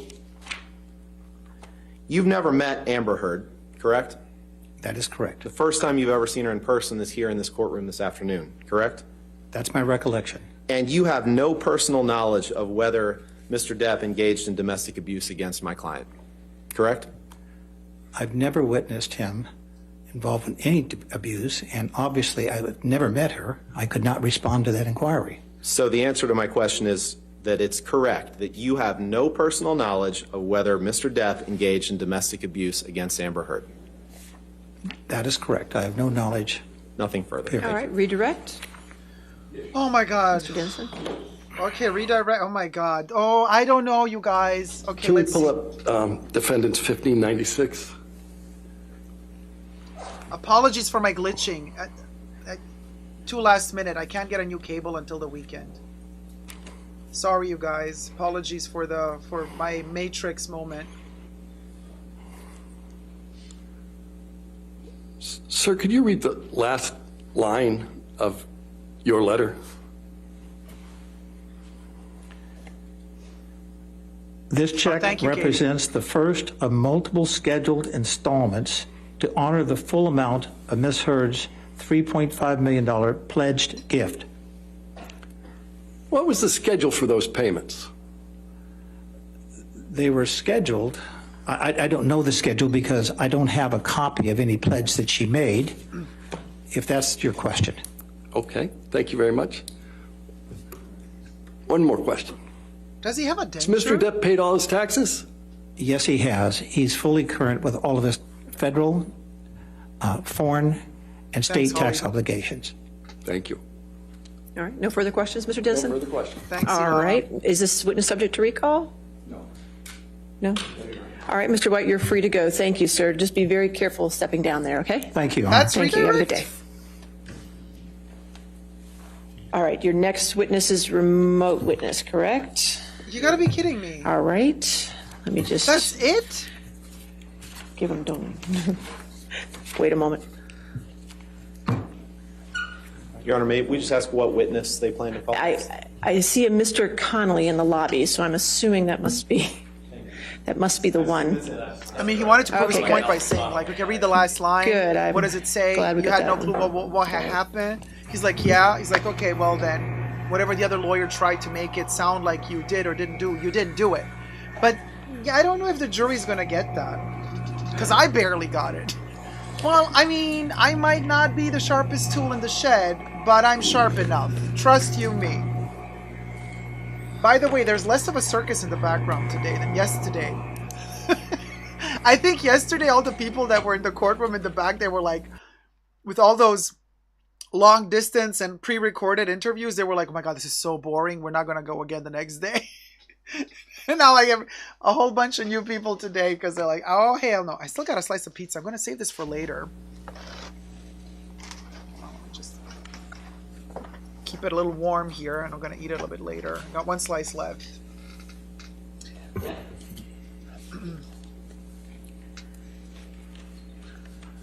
right. Mr. Connolly, can you hear me? Johnny's collar is totally a vibe, Katie. And the judge's hairdo. Yes, sir. Yep, hi, yeah. Can you turn your camera on, sir? Okay, there we go, there we go. I All like right, her. sir, if you could raise your right hand. She's giving me good vibes. I like Do you this swear or judge. affirm to tell the truth under penalty of law? I don't I know. do. I feel like I like her. She's giving me, I don't know, I like her. All right, Sympathetic. and good afternoon, Mr. Connolly. Good afternoon. And would you please state your full name for the record? Malcolm Connolly, And Mr. Connolly, where are you testifying from at the moment? from home, Essex, UK. And where do you live? I live in Essex, UK. Mr. Rich Connolly, Mitch is in the what is your building. occupation? At present, close protection operative. I've had a couple of professions. I'm a bricklayer to trade. I was in the corrections facility, Pentonville, HMS prison. Oh my But God, right now, Scottish yeah, accent. I'm a Oof, ta, we melt. Operative. Okay, and can you tell us a little bit, just generally, what that means? What, is he Irish? Is he Irish or Scottish? It means He sounds Scottish, looking says after Audrey. the personal well-being, the physical well-being of any client you're detailed to. And how long have you been in the personal security business? 25 years. Over the course of those 25 years, have you had any other kinds of jobs? Yeah, as I said, I was a corrections officer for Her Majesty's Prison. Corrections officer in prison. Oh, Daddy, Are we you need familiar with correcting. the plaintiff in Hold this on. case, Johnny Depp? I am, yes. And how do you know Mr. Depp? Yes, he's handsome. I know Mr. I agree. Depp.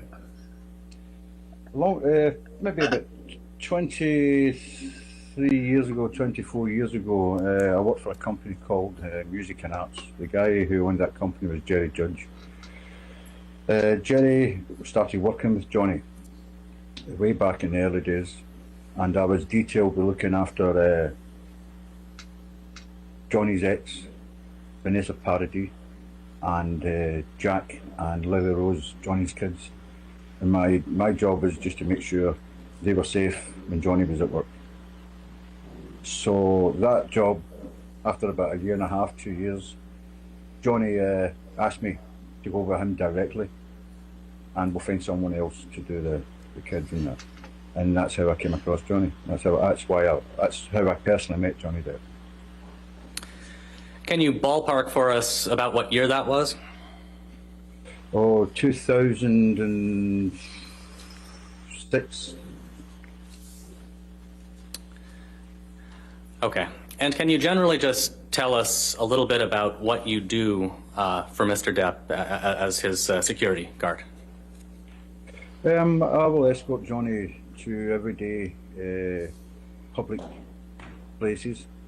Make sure he's okay. Make sure he's not in any danger. First of all, do the recce. You go along first. There's usually a two-man team. It's a two-man detail. You go along, do your recce. make sure The all Americans the don't ins and outs understand. are sorted. No Don't understand him? compromises. That's so Any risks funny. involved, do a risk assessment. We do the job. I He's look taking after care of the him. kids and Basically, of I look Johnny. after Johnny whenever we're in public domain. Whenever we're going to be in a public domain, I will look after Johnny. Okay. And how about the defendant in this case, Amber Heard? Are you familiar with Miss Heard? I am familiar with Miss Heard, yeah. I first met Miss Heard in probably 2000, and I don't recall the actual date. Probably about 2010. She felt that. Maybe around there. She came into the UK to do a promotional job for a movie called Drive Angry. My boss, Jerry Judge, asked me to take the detail. Went and met Amber, started the job. Amber was with her ex, Tasha, and I looked after Amber for a week. Pleasant week, it was fine, great. Yeah. T-Belt. Does Ah, anything you see, she felt it. She felt that nose Sorry, itch. yeah. After that week, I never seen Amber again until we did Fashion. the Rum Diaries. Fashion. The premiere after show of the Rum Diaries. Fashion. Okay. So let's move to the Rum Diary then. When did you see Miss Heard? How did you see Miss Heard in connection with the Rum Diary? We done the Rum Diary premiere. We went to the after show party. I'm busy working, doing my job, myself and Jerry Judge. Seen Amber across the floor. Amber seen me. Just basically come across the floor, said hello, how are you doing? You know, the usual chit chat. We chit chatted for a minute or two. Johnny asked me how I actually knew Amber. Explained. That's the last I spoke to Amber that night. I was too busy with Johnny. doing the Mrs. job, Blue loves the way Scottish people say murder. Did you know at the time, and let's back up for a second. Where was that premiere? Do you know what? I don't recall. I think it was in LA. Okay. Here, she does too much of that shadow. Okay. Did you know at the time of that premiere in Blush probably shadow. LA, but possibly somewhere else? Did you know at the time that Mr. Depp and Miss Heard were seeing each other romantically? No, I didn't. I actually didn't. I mean, I surmised that there was a spark there, you know. It wasn't until maybe a few days later, a few nights later, we were at a dinner party somewhere, a promotional thing, and Amber and Johnny were basically, you know, sparking up. They were getting together. Then I sort of assumed that, you know, there was a romance happening there, budding there, you know. It also makes her look tired, right, Famika? Okay. Over the course of She has Mr. also, Depp like, and Miss under Heard's eye here. relationship with each other, about how often would you say you saw them together? Well, in the beginning, actually not a lot, you know, not a lot. Maybe once a week. Hey, Lily Bonfi. Twice a week at a push. But then it started, it started maturing into something, into a relationship. So more often as the time went on, you know. And as time went on, did you have an opportunity to observe how Mr. Depp and Miss Heard interacted with each other? At the beginning, you know, lovey-dovey, everything was great. The honeymoon period was on, and it was, it was good. I mean, it was great. Great to see Johnny happy again. Amber was, you know, lovely, charming. As She's a lizard person. Here we have the proof. And then things started. She's a reptilian. Change. Amber started to change. The proof. Amber started. Allegedly. I would say a bit more. Feisty, Hey, Jorge, and demanding, welcome back, you Jesus. know. I could see that Amber wanted to wear the pants. Of course in the she would have. relationship. You see, That if was she's pretty only obvious. dating Elon Musk and Johnny Depp and rich people, And why would she have a what love in bracelet? particular That's like made you think the that- cheapest thing that you from observed Cartier you could personally? get. Just the way, you know, if something wasn't quite right, or Amber could get a bit frosty at the drop of a hat. So as time went on, you know, I could see them I could see Right, him Katie? change. She's I could see, victim. I could She's see a Amber victim change. I to could see Johnny getting quieter. social media influencers. She's You like, get oh into my the car god, and nobody was speaking. And you know, Amber just Heard. things started Oh my god, changing, I just saw changing. Amber started Person getting a on bit more Fleek unbox the grumpy, love bracelet. I want one grumpy. too, Daddy. How did she get along with you? Amber Absolutely Heard fine. watches Person on Fleek. Amber The was revelations in the Fine with courtroom. me. Amber was never anything but professional, polite with me. You know, she was. No, Amber was fine with me. Did you ever see or hear any arguments between Mr. Depp and Ms. Heard? When you say see, I heard. I mean, I could hear at times in certain accommodations we'd be staying at. I could hear Amber, screaming. You know, See, Lala, they I might could be hear shouting affluent, and bawling and. but Yeah, I could hear it eloquent. going on. Yeah, but I mean, I wasn't there every single night. When we're working in the UK, there's nights maybe I'd get home because Jerry would be there. But yeah, I did hear. Yeah, definitely for a fact, I could hear sometimes the shouting and bawling. You know, it's mostly I could hear Amber A screaming. sculptural hair day. Her Lauren About Bacall how- moment. Yeah, I it's been recognize this going was downhill years ago, since but then. can you estimate for us how regularly that happened? I can't say regularly. Oh, I can't Audrey, say it yeah. was like every You think day. this is his best But, suit? you know, it get more regular. That's it so get cute. more- But well, he it get respects more the often than not. situation. I think that's very, very, very, very. That says a lot about him. How respectable he is. Did you ever witness any physical violence between the two of them? No, never. I'd never seen any physical violence. It's not a thing. It's not a thing people would do in front of security. It's not a thing that would happen in front of myself or Jerry Judge or Sean Bett or something. It just wouldn't happen. It wouldn't happen. No, I never seen any physical He has security. really I never seen tiny any hands, hands-on. No. Johnny, doesn't he? They're itty bitty. Okay, what do you mean you He's never saw any compensated with those hands-on? oversized rings. Well, I never seen any slapping or Just a theory. grabbing or punching or hitting. I've never seen any of that physically. I tell you what. There was an instance, maybe two incidents that come to my mind. One incident was on a private plane. I can't recall if it was a domestic flight or an international flight. I'm sitting.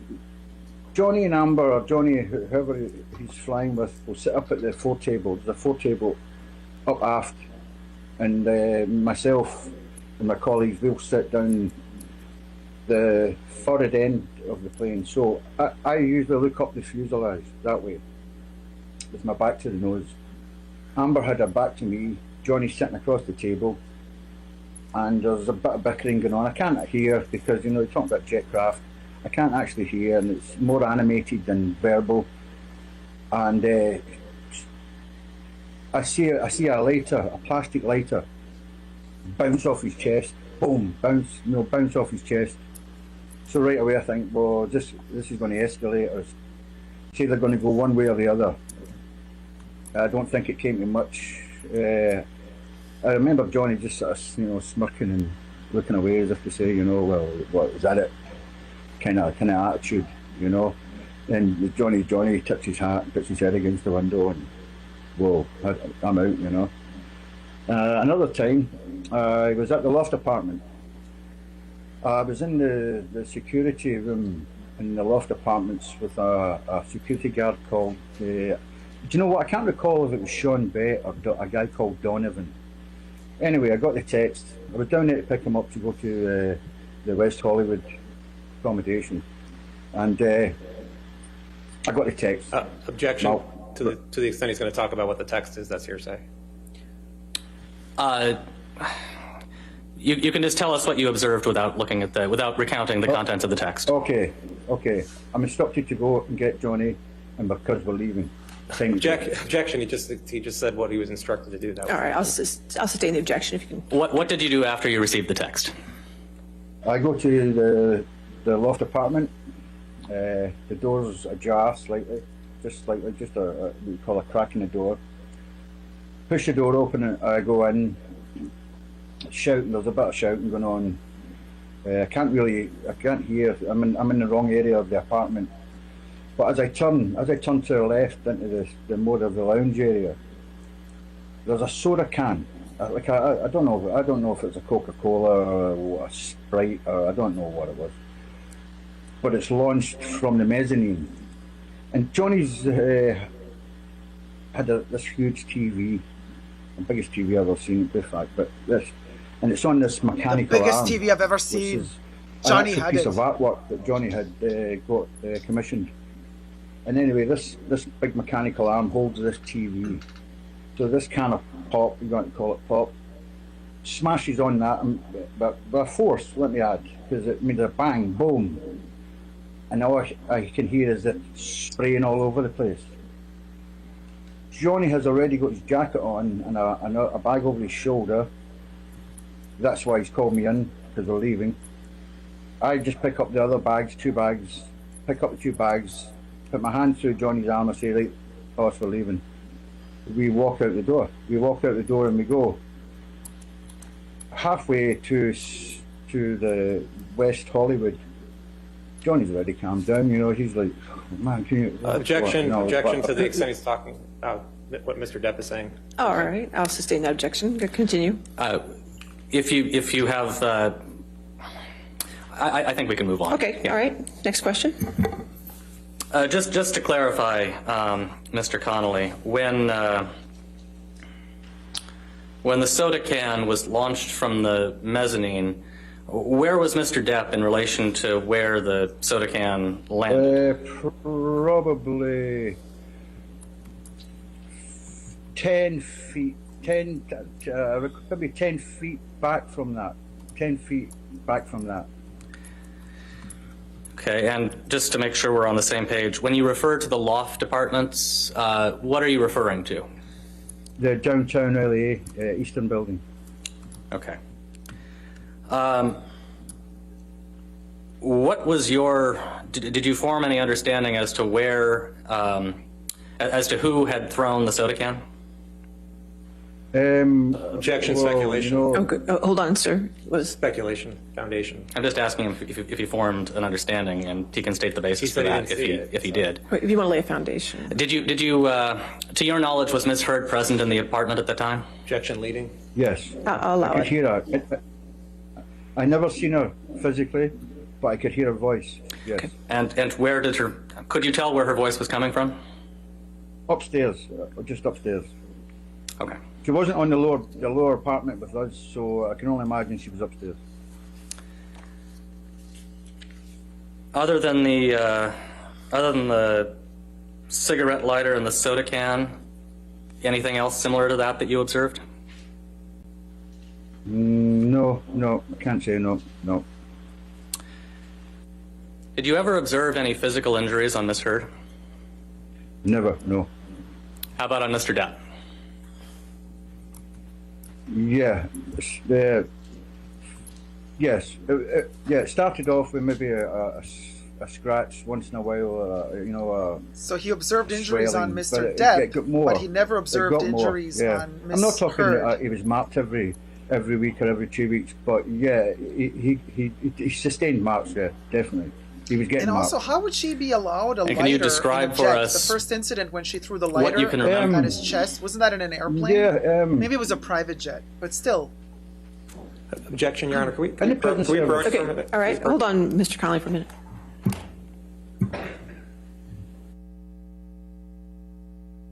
I mean, yeah, very Downton Abbey. But again, I repeat, I know a lot of people do not like Elaine, the lawyer. I like her. I think she's a good lawyer. I know this is not a popular opinion, but I think she's really good. It's just my personal opinion. I think Elaine is doing a really good job. It's not her job to be likable. It's her job to do her job, and she's doing her job. But at the same time, she might come across as a bit awkward to the jury.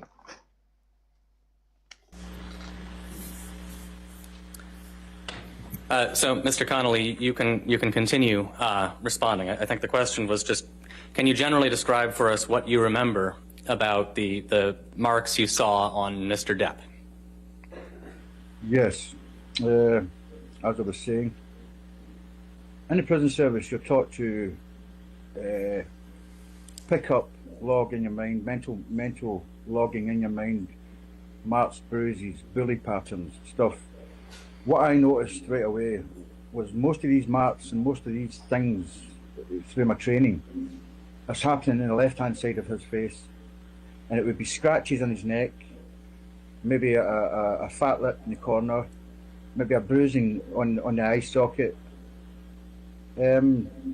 Dull impacts, you know, except for obviously the scratches, maybe on his left ear. Sometimes it'd be two marks, 2 lines, 2 trams, 1. Yeah, you know, yeah. And it was getting more regular. I'm not, as I say, not every week, but Hey Jorge, hey T-Mac. Yeah. Can we see Plaintiff's Exhibit 162, please? But yeah, he's like been in, I mean, he's worked in a prison, correctional officer, right? So he has seen bruises, scratches, so he can kind of testify to that and be like, hey. And Mr. Connolly, are you able Somebody to see was the scratching picture on? and hitting John. I assume you can see it on your screen. Yeah, just give me a second, please. Yeah, hi, yeah. And do you? That is, yeah, I know that picture. I took that picture. You that took the picture's on the. Yeah, I took the picture. Can you just quickly tell us what this picture is? This picture is Miss Heard and Johnny's honeymoon on the Orient Express on the East Line from Bangkok to Singapore. You travel through Malaysia, stopping at Kuala Lumpur and a few other places on the way down. And that is in the dining coach, I think. Yeah, dining coach, that's what that is. Oh my The God, guy on they the left took there, a trip with the on the Orient silver bands Express? around he's the waiter. He's the The waiter. decadence. The details to look after us. The guy in the bow Living tie, for it. he's guest relations manager. Mr. Connolly, just hold on one second. Before we continue describing the document, I'd move for the admission of Plaintiff's Trial Exhibit 162 and that it be published to the jury. Any objection? I'd like to approach it. Okay. He's like, before we continue, Your Honor, Dacob would has just fainted because of the Orient Express situation. Can we hold a second before Dacob recollects himself? Because it's always been my dream to go on the Orient Express, and I mean, limited dream. You know, I would be fine with going from London all the way to Istanbul, but like they went all over the Orient and Asia and everywhere. Oh my gosh, could you imagine? All right, and Mr. Connolly, I apologize for cutting you off, but could you just continue to describe for us what we're looking at in this picture? Death on the Orient as I said, the guy Express, in the murder bow on the tie, Orient he's, Express, baby. Guest relations manager. He was detailed to, you know, fix us up anything we needed. You know, to excursions and transports and stuff. Then it's Miss Heard. Wow. Murder on the Orient Express. The guy, that's the chef who looked after the. He cooked for us. He great chef, by the way. Yeah, he looked after us, and that's Johnny. And I also noticed, if you look at that picture, like I said, on the left-hand side under his eye, there's a swelling. Yeah, I see it. Oh my God, I see And it. you see a swelling just on the left-hand side of his nose and under his left eye. I see it. And what do you interpret that swelling to be? What do I interpret it as? That's either he's walked into a door or a door's walked into him. How do you interpret this? He either walked into a door or a door walked into him. Thank you. Mr. Connolly, can you tell us, well, first of all, what do you recall what year Mr. Depp and Ms. Heard went on their honeymoon in the picture we were just looking at? That would, is it, I don't know, is it 2013? 2013? Okay, and were you, well, you testified that you took the picture, so you were there, I assume? Absolutely, yes. What can you tell us about that trip generally, and particularly focused on how Mr. Depp and Ms. Heard were interacting with each other? Started off good. Bye, Silala. Johnny's cabin was maybe 15 meters down the corridor from mine. There was no cabins in between. There was like storerooms, like, you know, blankets and cutlery and stuff. So the cabin was but not a big massive distance. But, Hi, Jenny. It wasn't like the trip started fine, absolutely fine. I think it was 5 days maybe. 2 days, 3 days into the trip, I can see Johnny going down. I can see him coming down. He's just not enjoying this. He's not enjoying this. But it's, I can't. It's not my business to step in and that. I just do my job. But I can see he's not enjoying this. He's not happy. He's not happy. Wow. Why would she? Did you ever observe so any cuckoo arguments between Mr. on Depp the and Ms. Orient Heard in this Express? time Like, enjoy the freaking Orient Just Express. no arguments. But It's such a once in a lifetime unfortunate. opportunity, you Ms. Heard, guys. I mean, what a dream. Sort of demanded that we have our own dining cart, if you like. So me doing my job, I inquire to the guest relations guy there that you've seen in the photograph, and he quite rightly tells me that there's other Objection, VIPs hearsay. in the Objection, train. hearsay. All right. Objection to hearsay. All right. I think we can move on. Okay, I'll Yeah. sustain the objection. Next question. All right, so Just Mr. when they get to the juicy parts, I want to hear. And then they're Mr. like, Connolly, did he get a private card? well, taking a Food step card back that? for a minute and changing topics slightly, have you ever seen Mr. Depp use any drugs? I don't think I'll allow it. Go ahead. Yes, I've seen him smoke marijuana. Okay, so he saw Johnny smoke weed. I have whatever. my suspicions. I have my suspicions that when he goes off to the bathroom, he probably does a bit of cocaine. I've never seen him do it. As Mr. Depp would never do a line or anything of cocaine in front of me, or Jerry Judge, or Sean Bett, or anybody. Johnny Depp would never compromise my license, my position, and embarrass me like that. It wouldn't happen. So, to answer to your question, I've seen him smoke weed, yes. you noticed any particular Why would he say, I think he did what cocaine, changes, if but I any, never have you saw him noticed do in his cocaine because he behavior would when never he's embarrass under me? the influence of marijuana? Girl, why did you say that? To be honest, a bit more relaxed, no sort of uptight. But he's not out of his head.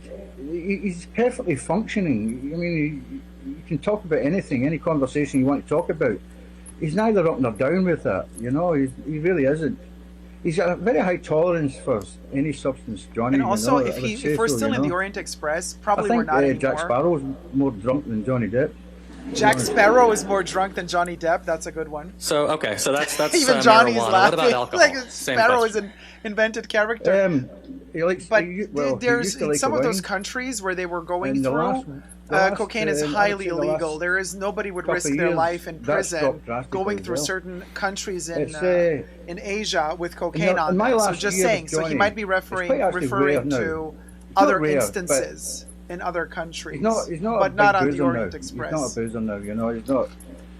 And he was never out of his head in wine. He was never, I think I've seen drunk in the 20 odd years I've been with Johnny.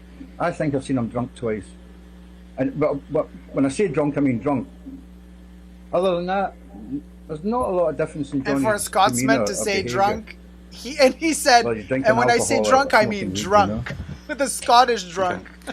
And finally, same question for the time periods when you formed the suspicion that he was under the influence of cocaine. Sorry, what was that? Sorry, could you ask me that again? What changes in his behavior, if any, did you observe on those occasions when you suspected but didn't know for sure that he was under the influence of cocaine?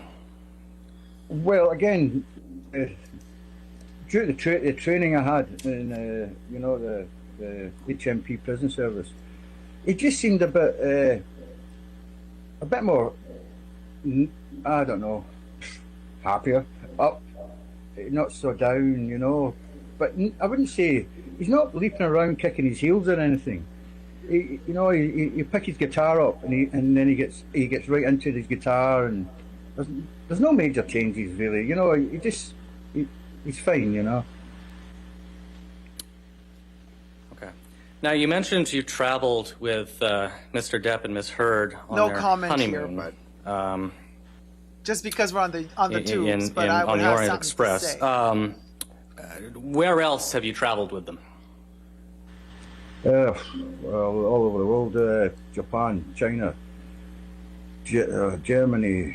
I've been all over the States. Went to an interesting little place. He's Hicksville. not acting like a That's an leprechaun, interesting story. Yeah, all over the world. Australia. Went to Australia. As far away as that.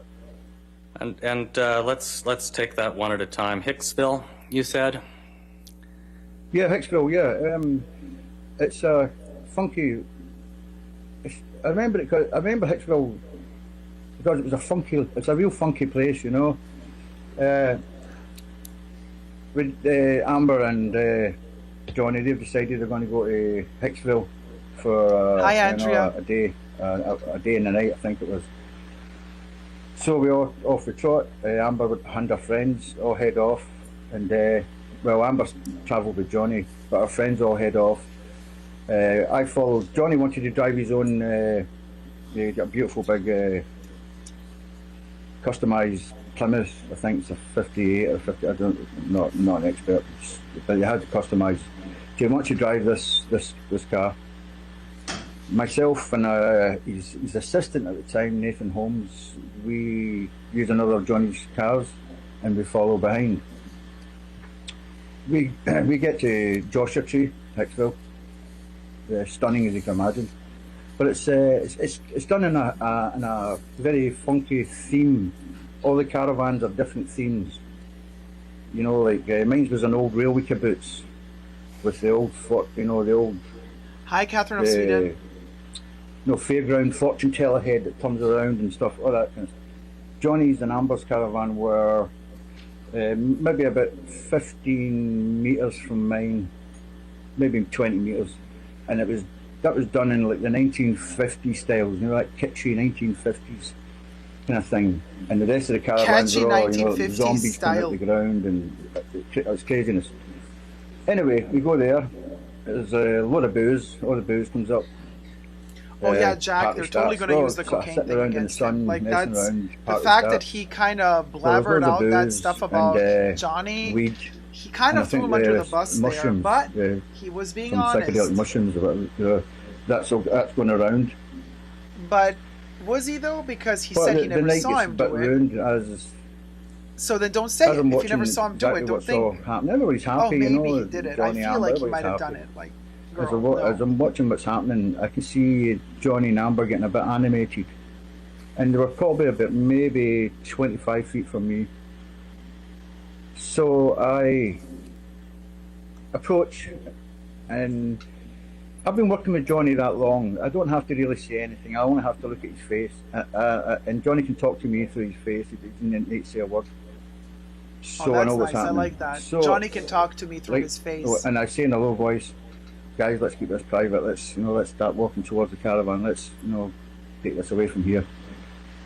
As I'm walking ahead, just going ahead, I can hear sort of bickering behind me. Boop, Johnny's trying boop, to talk in boop, boop. low tone, keep things a bit quiet. But Amber's getting a bit more loud, a bit more narky, So anyway, I get them to the caravan, I put them inside, and I go to my caravan. That's it. Don't hear anything, don't see anything until the next morning. We sit around the pool, a couple of hours, and we head back to LA. What prompted you to... Mr. Moniz, before do you have a lot of direct still left in this matter? Not terribly Just much more, maybe freshening up a little in the 10 courtroom, to Your 15 Take our minutes. afternoon break then. Ladies and gentlemen, let's go ahead and take your 15-minute afternoon break, and then we'll come back and continue with the testimony, okay? All right, Your Honor. Don't do any outside research and don't talk to anybody. No, Your Honor. I'm just going to talk, Your Honor, I'm just going to talk to my people here in the chat. I promise. It's just going to be us. Oh, hey, Miss Officer. Living for that hairdo. Oh, you have a little braid going on. Look at the police officer. She has a little braid on the side. Is that in All right, support of Amber Mr. Connolly, I'm Heard? going to put you in the lobby for our break, okay? He's I'm going been to come pulling a back Heidi and every put you back day. in about 4:20 our time, okay? In about 17 minutes, okay, sir? All right, See just you in don't discuss Paris, your Jack. Okay, testimony. Your Honor. All right, just don't discuss your testimony with anybody till then, okay? This is- Okay, thank All you. right, thank you. Don't discuss this. Andrew says, does that help, Dacob? Oh yeah, a little perfume in the courtroom always helps, darling. Always does, to perk you up. Any pizza left from the mukbang? Ollie asks. Yes, I still have one slice of pizza left. This guy's my man, says Katie, about Mr. Connolly. Ah, Elaine is talking to the other lawyer. She's like, damn, they cut us off. Yes, chat with the bunker. So wait, pizza left. This guy's my man. Yeah, the cocaine slip was bad. When the Scot comes walking towards them, it's beyond animated. Says T. Andrew says, does that help, Dacob? The smell, right? I had my leftover pasta, says Jack. Delish. So I still have a slice of I still have a slice of pizza left. I can show you. Like my junk that remains here is my last little slice.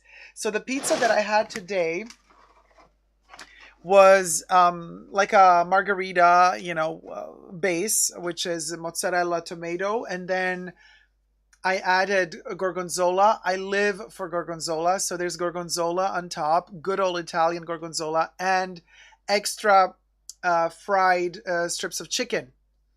So obviously for the vegetarians out there, this ain't a pizza for you. The insignia for the court is interesting, right? Sic semper tyrannis. Actually, oh my God, now I'm going into Aisha's accent. Where's Aisha, by the way? She was with us a second, maybe an hour ago. But that's Aisha's accent, like actually. Maybe Aisha is having dinner. So let's translate, Sean. Sic semper tyrannis is a Latin phrase meaning thus always to tyrants. It suggests that bad but justified outcomes should or eventually will befall tyrants. Bad but justified outcomes should or eventually will befall tyrants. So it means if you're a tyrant, you will be punished. I'm really dumbifying it. If you're a tyrant, you will be punished. It's so fascinating, Latin. Thus always to tyrants. I love the thus. Thus always to tyrants. Sic semper tyrannis is what this means. And I betcha a lot of people who are streaming this court thing didn't even bother to check out the translation. There you are, Aisha. I'm listening and doing some work. Aisha, did you get your scarf back? Oh, actually, it's tomorrow, right? Did you say Friday or Thursday? You're doing some work? Actually, Livin' Ferret. Justice will stamp on you, says Mrs. Blue. Yes. Now, why did he need to say that he never saw Johnny do cocaine, but he thinks he did? Like, that is, like, what the hell, dude? It's tomorrow? Okay. Fingers crossed you get the scarf back. I personally, like, he should have avoided it, because now Elaine is like, well, I don't know who's going to do the cross interrogation with this guy, if it's going to be Elaine, if it's going to be the Rottweiler or whatever his name is, or who is going to cross interrogate him. But no matter what, they got their 15 minutes of time now to prepare cross interrogation, and they're going to probably push that whole cocaine thing on him. That was so stupid of him, right, Famika? It was a slip up because of his conversational nature, says Jack. So Scottish. Scots can be a bit too truthful sometimes. Oh yes, Jack, from experience, I agree. Mrs. Blue says he was just answering honestly without thinking it through. But he He wasn't okay. You see, this is where Amber Heard's lawyers show their true nature. Obviously, they're just protecting her because they did not say objection, Your Honor. It's just hearsay or it's just speculation. Why do I say well, they should have said objection because it is speculation. Because he said, I never saw him do cocaine. I just think he does cocaine. Well, that's speculation. So you have to say objection, cancel that out of the, well, the jury already heard it though. So, oh my God, there's that bug again. There was that bug again, girl. Bug is dead. Sorry, windows open and all. And it is getting hot, and all with all these spotlights, I always am surprised that I'm not getting even bigger beasts in this place. So what I want to say is, they should have said objection, Your Honor, cause for speculation or whatever it is, but they didn't. They were like, oh, goody, goody, goody. He said it.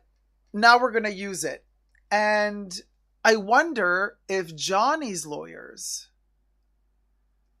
okay, when Amber's lawyers now do cross-interrogation and they might bring it up and say, hey, the cocaine thing, then Johnny's lawyers might say speculation because you never saw him do cocaine. So that might be an objection. She done got the bug, yes. Because of his training and knowledge of drug abusers, if one drug is a downer, then you need an upper to come back up. But yes, it should have been stricken. Because it is speculation. Because the sentence after he says, I've never seen him do cocaine. Well, then if you've never seen him do cocaine, you're speculating.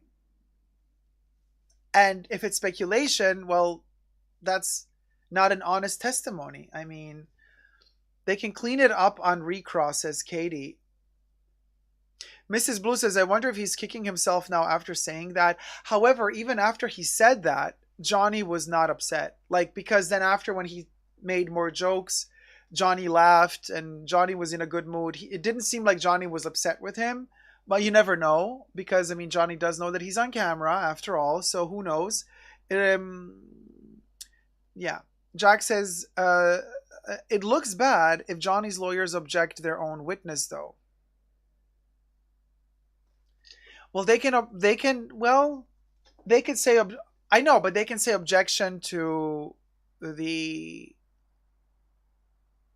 when Amber's lawyers ask him about the cocaine stuff, then Johnny's lawyers can say speculation. Objection. Johnny wasn't upset because they've spoken about the coke use frequently already. It's in the record. Okay, gotcha, Katie. Maria says, but don't you think because Johnny has answered so many times he's done cocaine, it's not a secret? I mean, listen, even with... do you guys remember, I mean, when we had the whole situation with...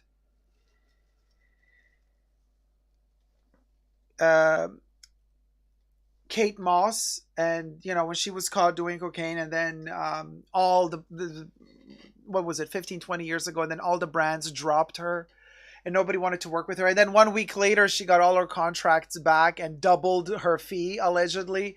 Like, I mean, that was like what, in the 90s or early 2000s? That was like cool. Early 2000s, I think, right around the time when John Galliano lost his Dior gig for other reasons. Oh, okay. There were photos of her allegedly with lines of coke.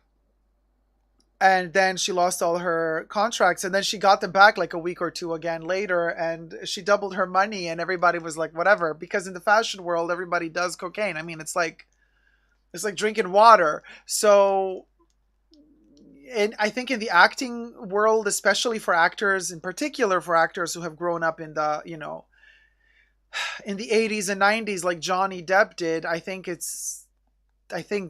speculation here only. It was kind of common use. You know, the cocaine was just like a thing you do.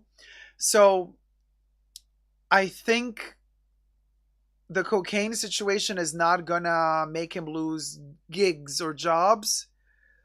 But I don't know if they're going to try to twist this whole drug use as a reason why he could have been hurtful to her and then not remembering that he was hurtful to her. Although, like, cocaine doesn't really cause, I don't know, just speculating here, doesn't really cause blackouts. I mean, depending what you're mixing it with, like if you're completely like drunk, which everybody keeps saying he wasn't the type of person to drink a lot.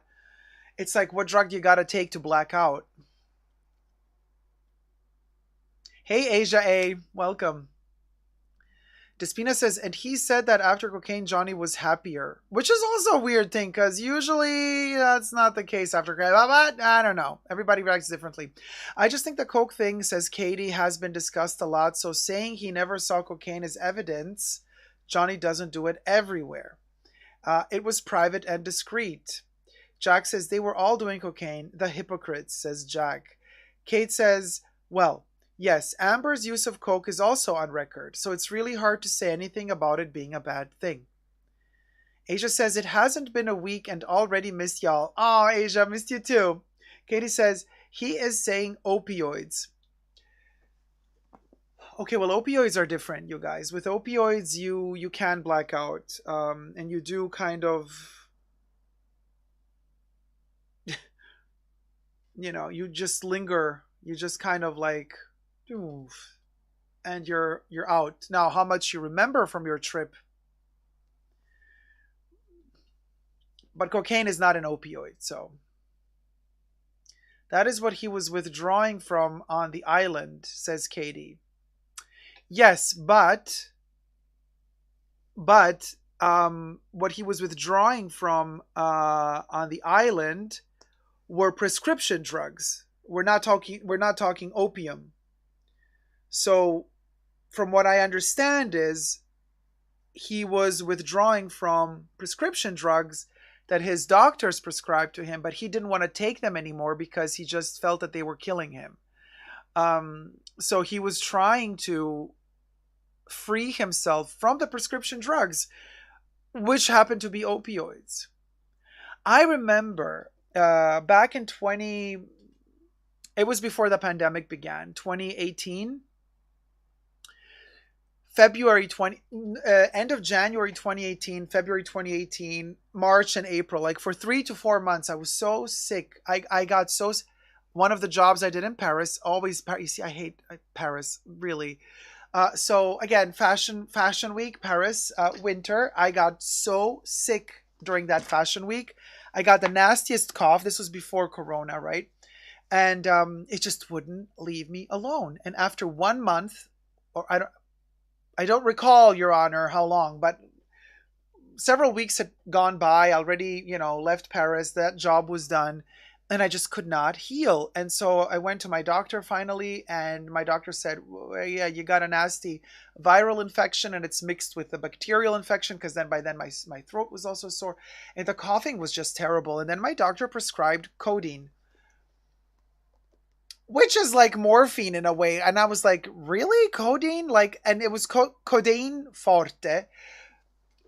And I was like, oh, you gave me the strongest. He's like, well, if you can't sleep at night, and if it gets really intense, then, he prescribed the dosage, the drops and stuff. And I was like, well, this is a powerful opiate for cough. Are you sure? He's like, well, you don't have to use it if you don't want to. So I'm like, imagine a person who's highly addictive. Thank God I'm not one of those people. And gets a whole package of these droplets prescribed. And then they're told, but use them only if you really, really need to. But be careful, they're highly addictive. I'll be like, some people would just be like, oh, thank you. And down the hatchet. But I was like, oh, hold on a minute. He just prescribed me the strongest codeine. Like, no, I'd rather cough myself to death, honestly. So and now it's many years later. It's obviously by now that drug is also expired. So it's still in my somewhere, but it's still full. I literally just came home, got a cough attack, tasted one drop. It was so bitter and disgusting. I was like, you know what? I don't care how high this is gonna. I don't care. No, I'd rather cough. So, but imagine if you have an addictive personality and your doctor, and in the States, those prescription meds and psychopharmacy situation, they're so quick to prescribe you on those medications, like really quick. And if you have an addictive personality, you can really fall victim to it. So I say this shows strength of character, given the fact that we are in the United States and given the history of how the pharma industry works and how prescription drugs work in America. I think it's commendable to see Johnny Depp trying to get out of that vertigo and vortex of being addicted to prescription drugs, which happen to be opioids. So to me, it shows more strength and character, the fact that he wanted to get clean, more than anything else.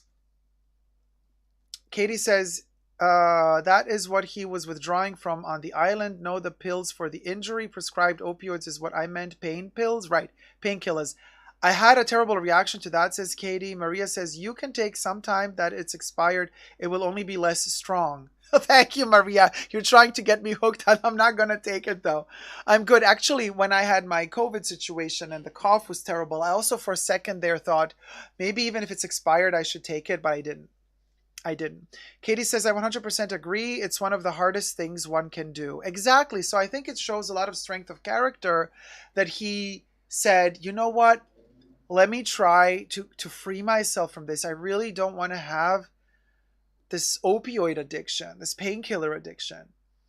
And he went through it. And from the testimonies thus far, it seems as though Amber, instead of, if she were really a loving person, she would do everything to try to help him. But instead, from everything we've heard thus far, it seems as though she was just rubbing it in. It was like she was throwing salt into the wound. That's from all of these testimonies, what I'm getting is, she just kept poking into that wound, with salt, instead of helping him get clean. And then he said, please leave me alone. I can't handle you. You're too psycho for me. He said it in nicer terms, probably. I need to do this alone. Oh, here we go. We're back. Right, and even there, she didn't want to let him. Okay. Andrea says, it took me 30 years to come off the Norco I was on for 10 years. I'm telling you, Andrea. But applause to you for having managed that. You're a strong, strong lady. Good for you. Katie says, I really admire anyone who is able to do that intense work. T-Pal says, I can't get it out of my head that Amber never asked Johnny for the knife. In which instance are we talking about? Oh, the jury's coming back in. Is Johnny going to do the little hands, the gerbil hands? Yeah, there you go. Johnny did the little gerbil hands. So cute when he does that. Missed Johnny in the latest Harry Potter film, but with this lawsuit, it's like a drama movie of its own, says Asia. I agree with you. This is Johnny's production, and it is the best show ever.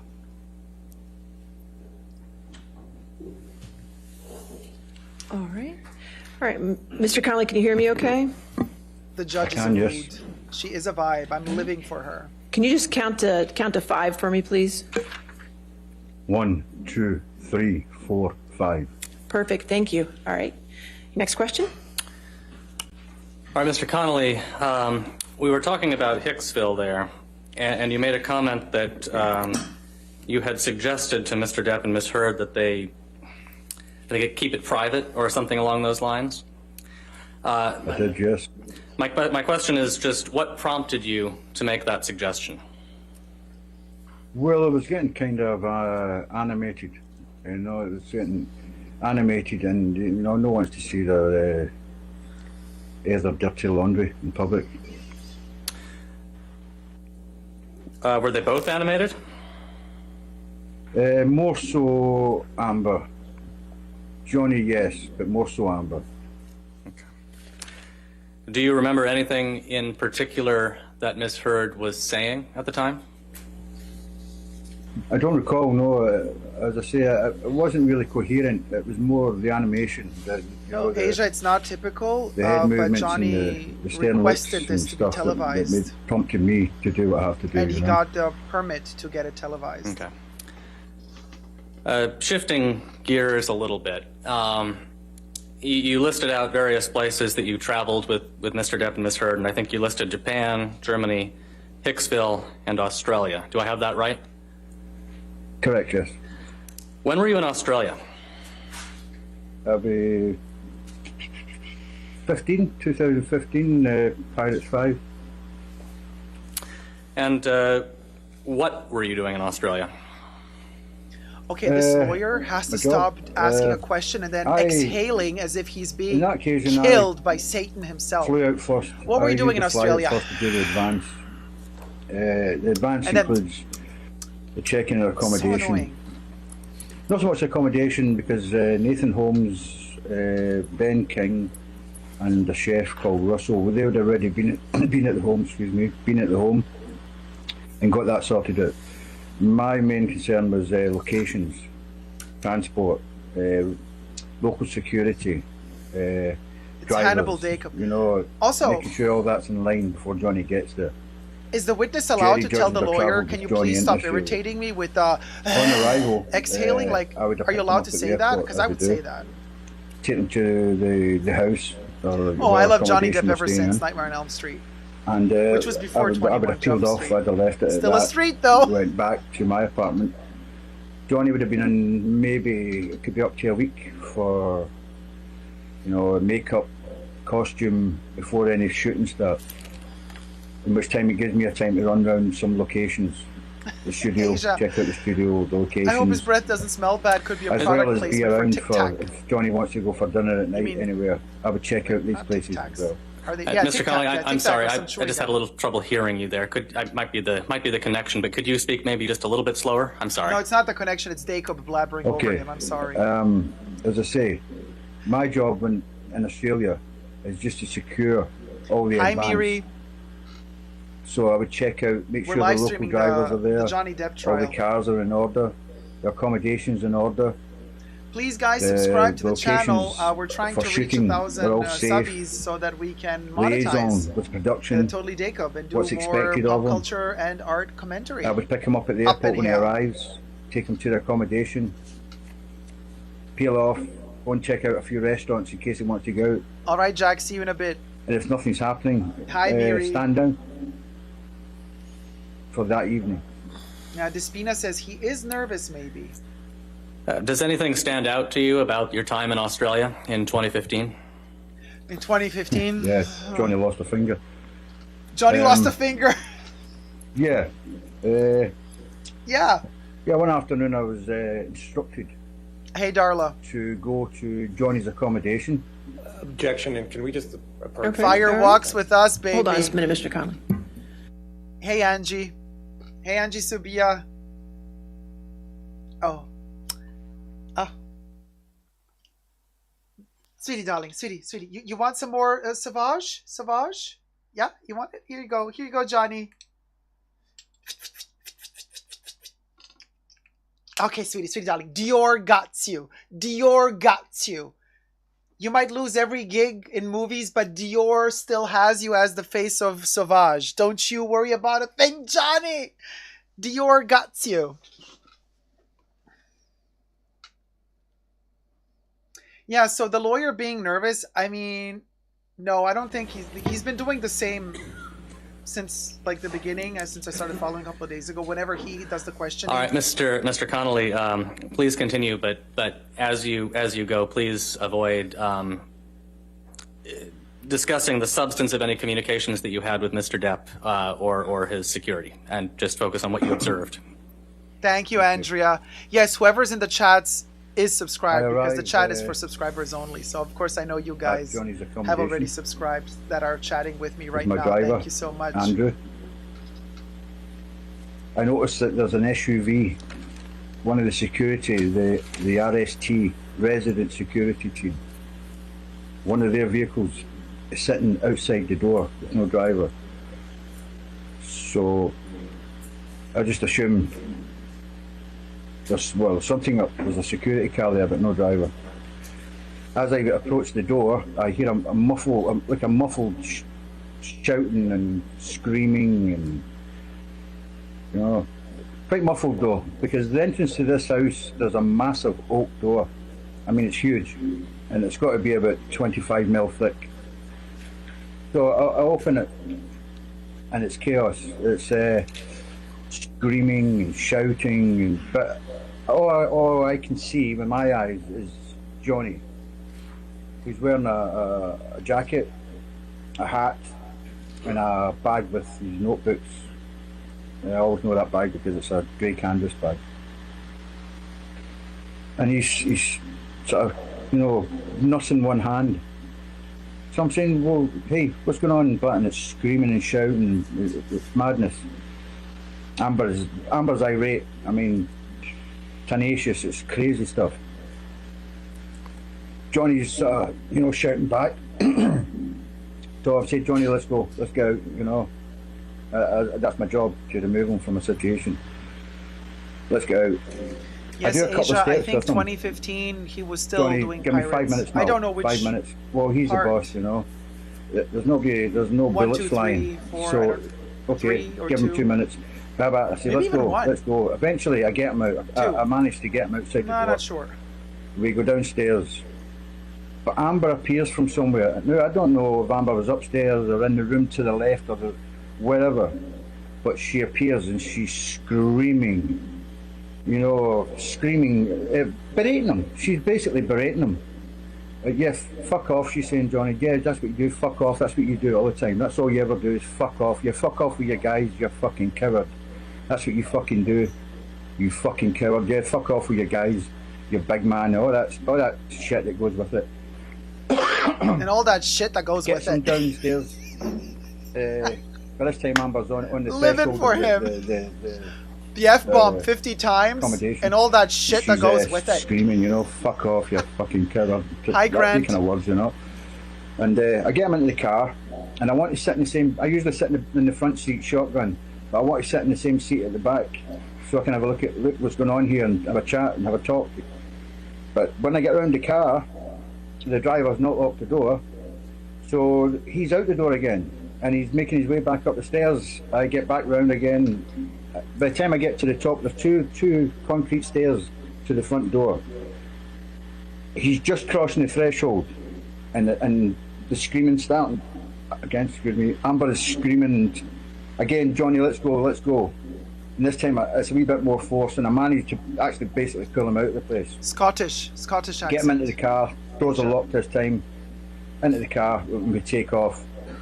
I got him back to my apartment using, a sort of secret way through the underground car park and service lifts. I get him up to my apartment. Get him into my apartment.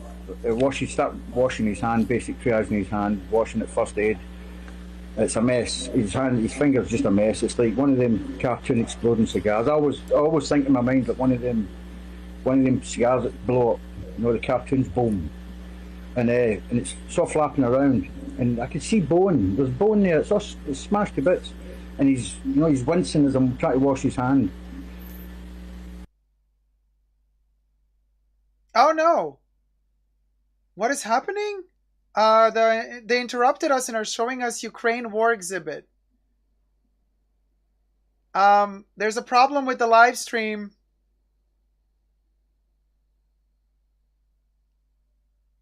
What is going on? Associated Press? Okay, they just cut us out of the courtroom, you guys. I don't know what's going on, but this is weird. Why did this happen? Why are we in the Ukraine war exhibit? Hold on, let me zoom out and try to fix this. What happened, you guys?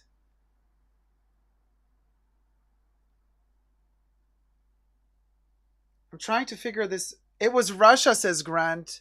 Wow, some breaking news from Ukraine. I don't know, you guys. Hold on, I'm checking.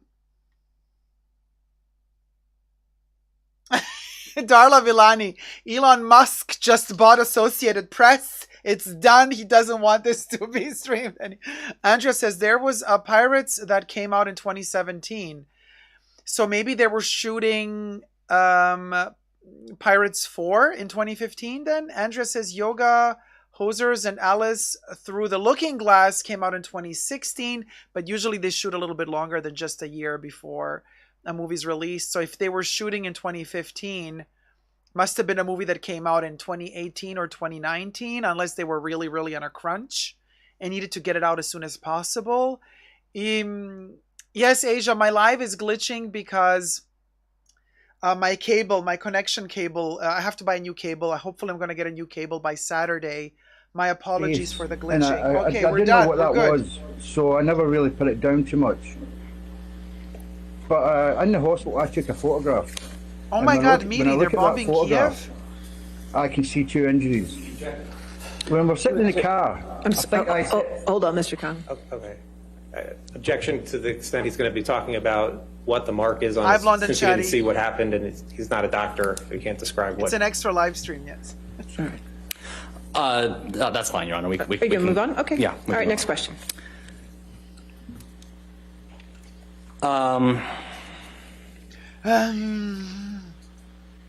Don't exhale so much, dude. Sustain. I think you've generally described for us the kinds of things Ms. Heard was saying. How would you describe her overall demeanor when she and Mr. Depp were in each other's presence in the house in Australia? It's tight. Good days and bad days. I'm sorry, I mean on that particular day. On that particular day, I had never seen him in the house on that particular day. Oh, The Darla. time I seen Tim Miss Burton, Heard and Johnny always. in that And Wes house Craven was good is when too. I arrived there to extract them. And how did Ms. Heard seem to you when you saw her on that day when you arrived to extract him? Crazy. Crazy. Crazy. Fierce, fierce. Okay. What was the last thing Ms. Heard said as you were taking Mr. Depp out of the house to go to your apartment and then the hospital? Yeah, the last words I recall hearing as I'm getting Johnny out is, yeah, just fuck off with your guys, you're fucking covered like you always do. All right. I have no further questions. All right, cross-examination. Mr. Nadelhoff? Oh boy. Now they're going to eat him up alive and cross. Katie, Edward Scissorhands was amazing. Darla wants to know for a new movie. Mr. Connolly, you still work for Mr. Depp? David Cronenberg. I do, yeah. Okay. And you've Do worked good for him stuff now with John. for about 18 years? No. Well, 2 years ago, you said you worked for him for 16 years, so 2 more years would be 18. No, now. I worked with him. I didn't work for him. I worked for a guy called Jerry Judge in Music and Arts. Johnny Depp never paid me. Johnny Depp started paying me 2 years ago. Okay, so now you're being, so you were working, Jerry Judge was your boss until he passed away, is that right? Correct. Okay, and now you get paid directly by Mr. Depp, correct? Right. And you're paid a salary by Mr. Depp? No. Okay. And Mr. Depp's also provided you gifts, correct? Gifts? Gifts. Money, Yes. Yeah. No. Yes, Johnny's gave me gifts. I've gave Johnny gifts. And you've had, I he's gave given Johnny you gifts over gifts. $8,500, correct? $8,500. Yeah. He gave me a lot more than that. Okay. And you're loyal to Mr. Depp, right? Yes, of course I'm loyal to Mr. Depp. I'm loyal. I'd be loyal to you if I was working for you. Okay. Oh man, you gotta Now, love Mr. going to Connolly. Australia, you said you went to Australia in 2015 with Mr. Depp, I've been correct? loyal to you. Or you went before Mr. Depp, but you were there to work for Mr. Depp, correct? Correct. And Jerry Judge was also there? Not when I arrived, no. But Jerry Judge was eventually in Australia, correct? Correct. And Nathan Holmes was also in Australia as well, right? Correct. And Mr. Depp came to Australia in February of 2015, correct? Correct. And when Mr. Depp first came to Australia, Amber was not with Mr. Depp, right?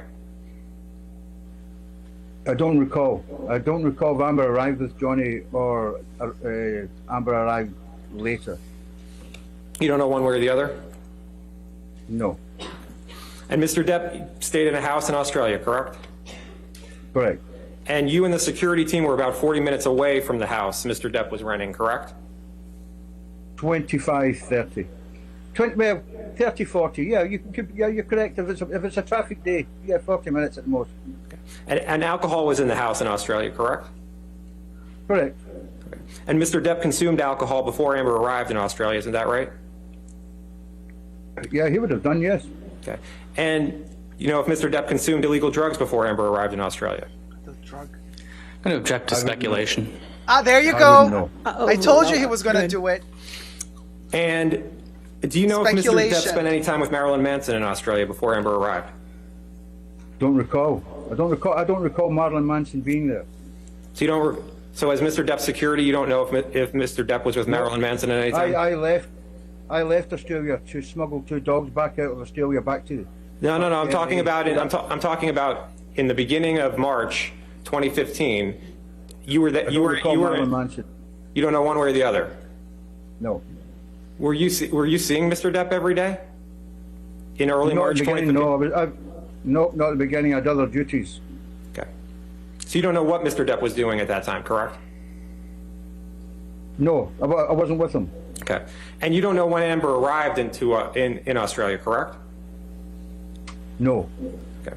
But you do know that Amber stayed with Mr. Depp, right? Yes. Okay. And you talked about a resident security team that was at the Australia house, is that right? That's correct. And were there about 4, was there anyone from the resident security team in the house when you arrived on March 8th, 2015? No. Okay. And the resident security team, is it your understanding that they were there? That they were kind of guarding the house? They would have been in the grounds, but the substantial grounds, real substantial grounds. They would have been at the grounds somewhere. But they didn't go into the house on March 8th, correct? I don't know. I never seen them in the house. Okay. And so when you arrived at the house and went in, was it just Mr. Depp and Amber Heard? Just Mr. Depp and Amber Heard. Okay. And There before may have been someone else there. I never visibly seen anyone else. I wasn't there long enough to chat to anybody. and when you arrived at the house, you could hear a ruckus, correct? Yes. Well, yes, I could hear. No, yeah, I could hear. Definitely hear something through the door. Yeah. But you said the door was so thick you couldn't hear the actual words that were being said. Is that right? No, just Amber, darling, shouting. your lips are dry. And then you went in the house and saw Mr. Depp in the foyer, correct? Yes, correct.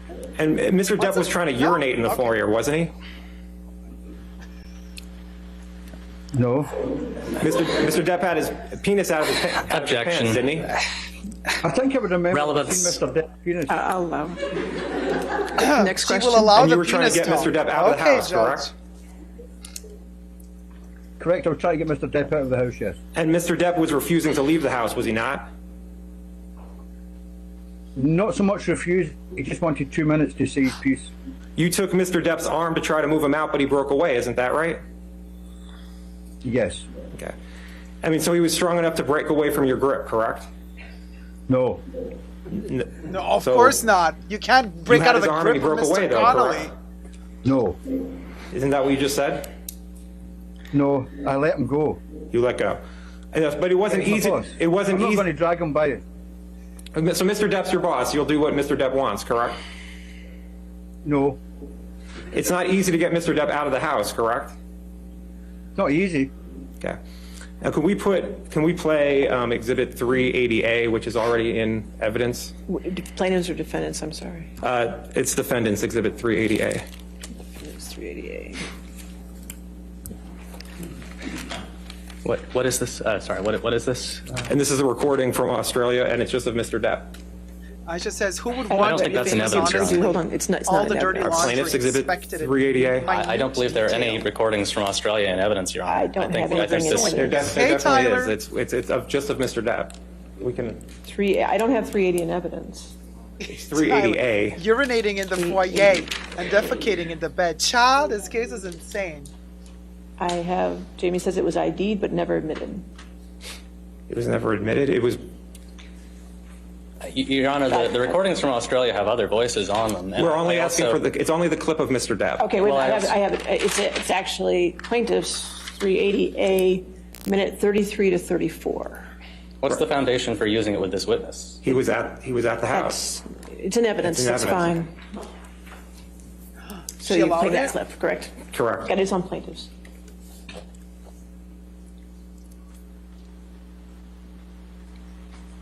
All right, Rottweiler. Let's see what you got. And who you are, and how you fucked me over, and make me feel sick of myself. There's still a lot left in the day. Makes you dye your hair. I see rivers. Did you hear that, Mr. Connolly? I did, yes. And that was the sort of condition Mr. Depp was in when you saw him at the house, correct? Yes, yes, Mr. Depp was upset and angry when you saw him at the house, correct? absolutely, yes. Okay. Now, did you take Mr. Depp to the hospital? Along with others, yes. Is it your testimony that Mr. Depp was coherent at the hospital? Yes. Let's show Defendant's Exhibit 370, and I'd just like you to look at something for a moment.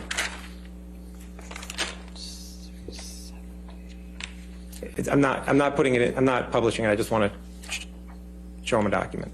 Defendant's Johnny's Exhibit voice 370. sounds so young in that clip where he's screaming, 2015. It was like his young Johnny Depp voice, very different from the voice he used in Your Honor, I'm going to object witness on stand. foundation grounds. The witness is not even copied on this document. I'm going to ask him a question and ask him if it refreshes his recollection. That's all I was going to ask him about. I can use any document to refresh. Wait, if you want to approach for a second, we'll just see what we're... Yeah, Johnny's voice sounded very young. You know, he was like under the influence or whatever, screaming in Australia. That audio clip. Did Amber record that audio clip, or was that Mr. Connolly? Asia says cool eyeglasses. Yeah, Johnny has the tinted ones. Asia says they certainly didn't teach toilet manners. That's for sure. Oh, why? Because Amber looks. She looks tired to me. Is all really. I know. I'm sorry, guys. The Matrix, it's glitching. My cable is dying. I'm going to have to buy a new cable to connect the camera to the computer. So I apologize for from time to time, I glitch out. Subscribe to my channel if you haven't already. Let's try to get this channel monetized so we can deliver even more fun stuff. And Tyler says, from debutante to defecating the bed, quite the dichotomy. Oh, Tyler, the sophistication. Yes, Darla Villani, I agree with you. Miss Heard is trying to serve a little Catherine Deneuve today. Well read. Was Mr. Depp's finger was filled with dirt, grime, and paint when you saw it? Yes, Aisha, I've seen the photos of the poop on the bed. Little tiny poop. And now, you say you saw no bruises or cuts on Elegant Amber and on affluent March poop, 8th, because she did go 2015, to... Correct. Isn't it true that your main concern was Mr. Depp and getting him out of the house, correct? You weren't concentrating on Amber, correct? I was close enough. If there was any marks on Amber's face, I would have picked that up in 2 minutes. As you're I've been chained to the Home Office. As you're trying to pull Mr. Depp out of the house, you're scanning Amber for bruises and cuts? Not scanning, but I'm looking at it. As you're moving Mr. Depp out of the house, correct? Yes. Right. Yes. How do I know what she's going to lift? Right. I'm watching her. When I move a client from a bar situation, a house situation, I watch what's happening around me. But you're not. I know where the client is. The client's with me.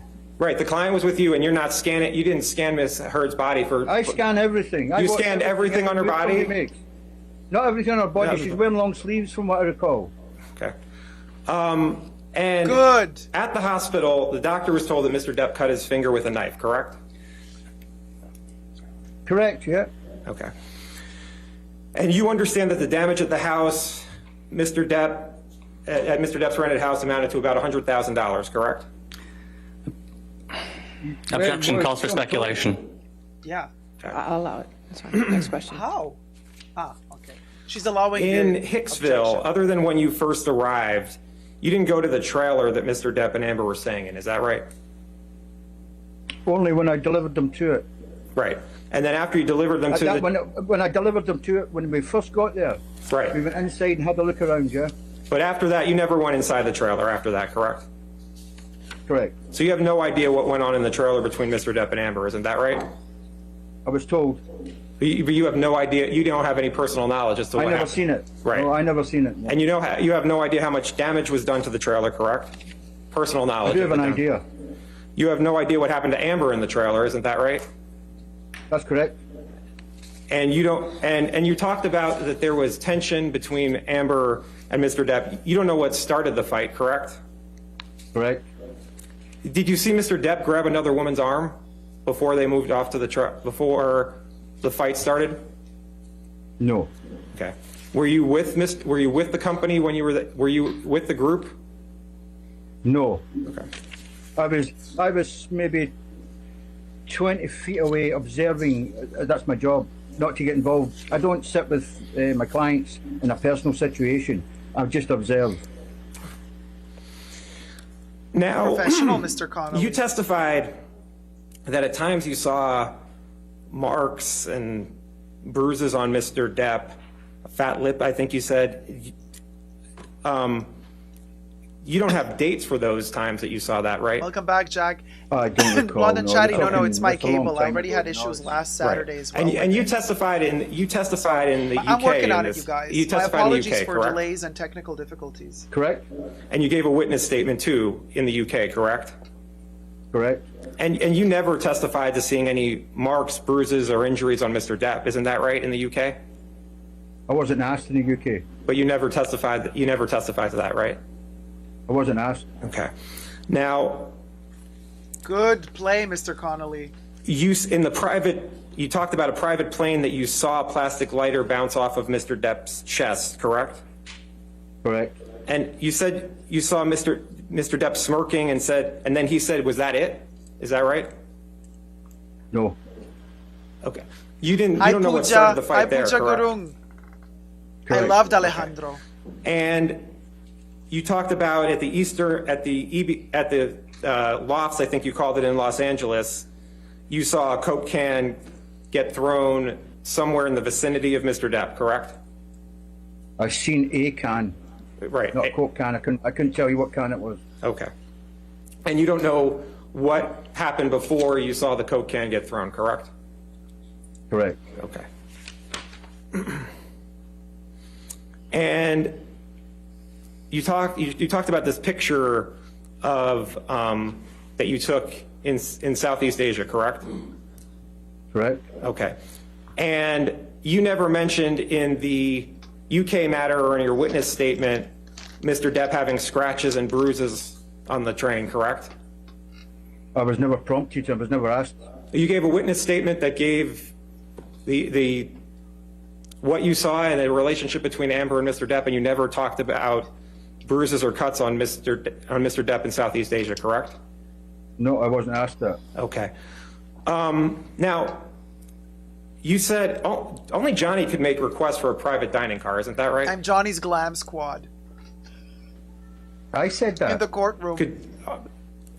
Only Johnny needed a private dining car. Miss Heard didn't need a private dining car, correct? That would be correct. Oh yeah, that would definitely be correct. Yeah, only Johnny Depp would need a private dining car, but Johnny doesn't want a private dining car. Okay. Now, you were not present in Miss Heard and Mr. Depp's cabin on the train, right? No. And if a fight occurred, That's correct. and if a fight occurred in the cabin, you'd have no way of knowing about it, right? I wouldn't know. And you don't know if Mr. Depp was strangling Miss Heard, do you? No, I wouldn't know. You don't know if Mr. Depp had his shirt wrapped around Amber's neck, do you? Objection, speculation, cumulative. He's like, what No, the I wouldn't hell? know. The You only can know I would- see the only reason I would that know this anything is in not that cabin- true. No, He okay, did not you would know. strangle You, her. you Open the answered, clothes. sir, you answered that. He did not have his shirt we around her can neck move on. because Okay.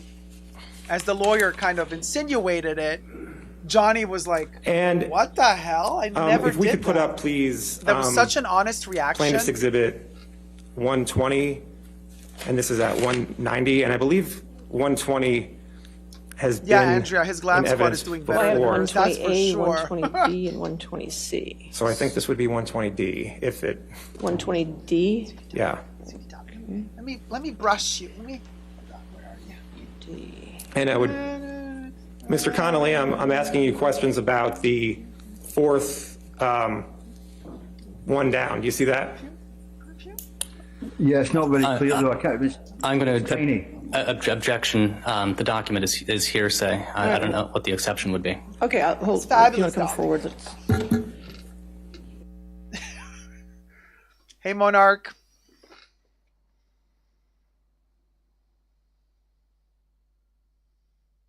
I think Amber is overworked and tired. I think she's like losing her mind. Like I think this is not easy on her. You guys don't underestimate this. Like I don't think it's easy for anyone really, but I think she is having sleepless nights. And if it's true what they're all saying, all of these days, all these witnesses, that she used to guzzle a bottle or two of wine a day, of red wine a day, that means that whenever she has a temper tantrum or whatever, that she drinks. Now imagine the stress levels she has here and how much she might be wanting to drink, but doesn't, because probably her lawyers told her, hey girl, don't freaking come to court with a hangover. So she's probably really living it. So I have here news from Ukraine popping in. Biden announces $33 billion to help Ukraine, and Putin threatens with lightning fast retaliation. This was the breaking news that Associated Press broke into a while ago when we got interrupted, you guys. So just delivering to you the news while the judge is talking about the bikini wax that she gonna get from the lawyers, because this court case is going way too long. Just speculation, all just fun. I've invented all of this. Everything is just for entertainment purposes only. What I'm saying, obviously, not rooted in reality. Just my opinion. Take it down. You're welcome. Mr. Connolly, you agree that Ms. Heard's been nothing but respectful and professional to you, correct? Absolutely. Right. Okay. Oh yes, Thank you. Andrea, it's a Mason All right, Pearson redirect. brush.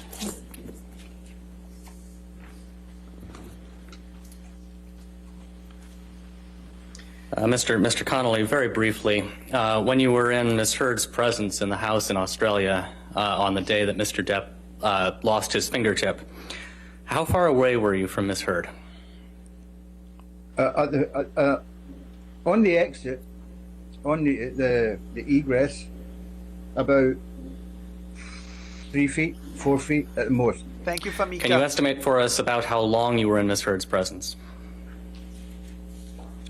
Oh, you know what? Best way to do this is think about it and count it out, okay?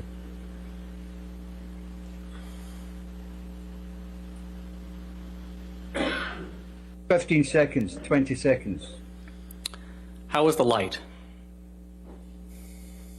Well, it's Australia. The door is massive. It's a wall of glass behind them. The light is absolutely fine. You couldn't get better.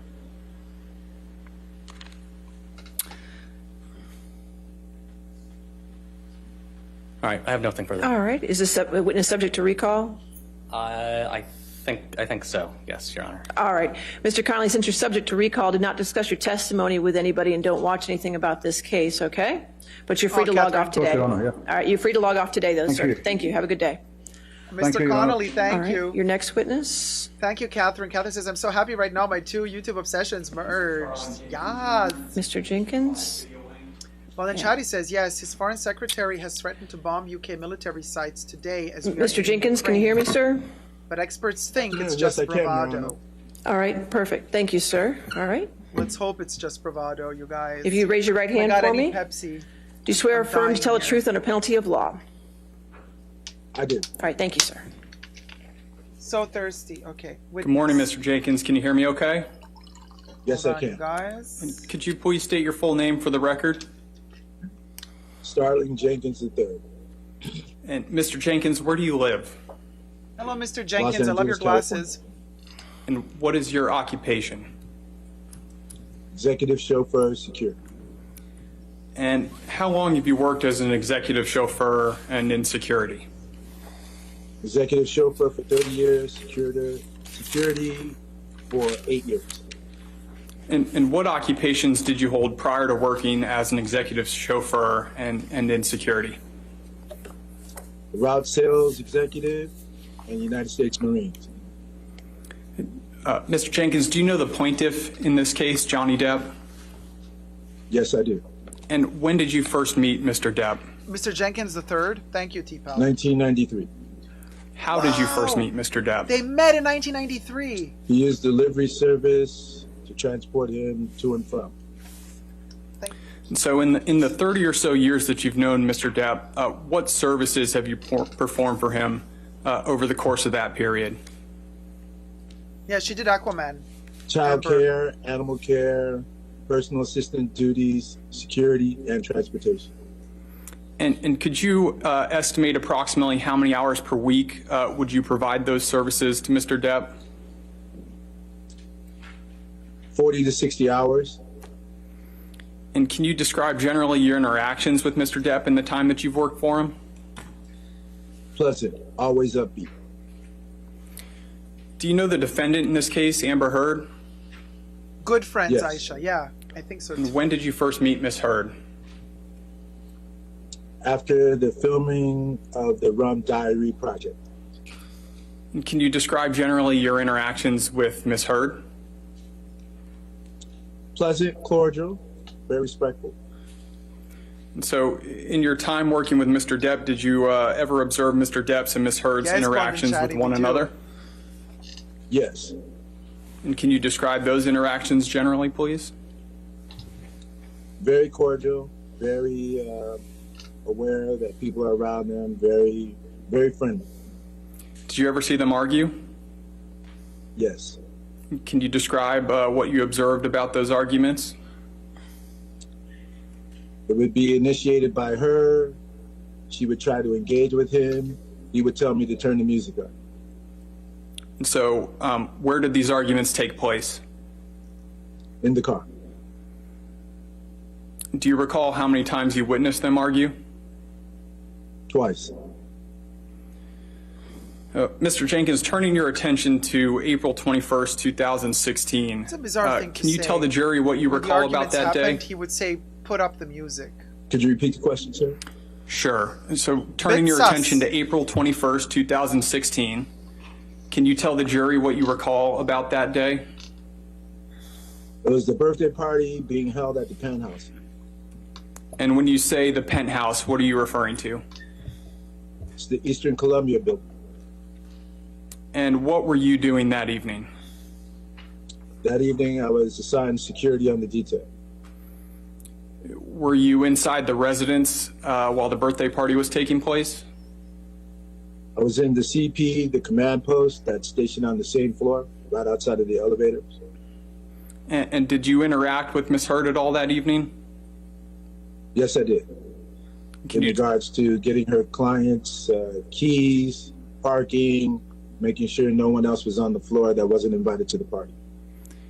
Were there any issues at the birthday party at the time that you were present at the penthouses?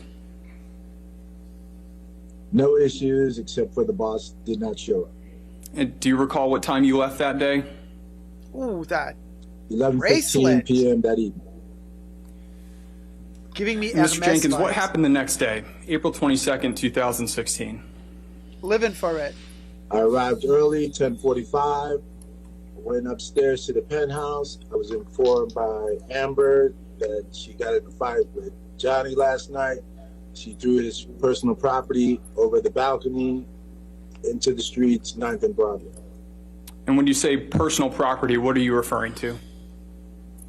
His phone, wallet, credit cards, passports, everything that's in his wallet.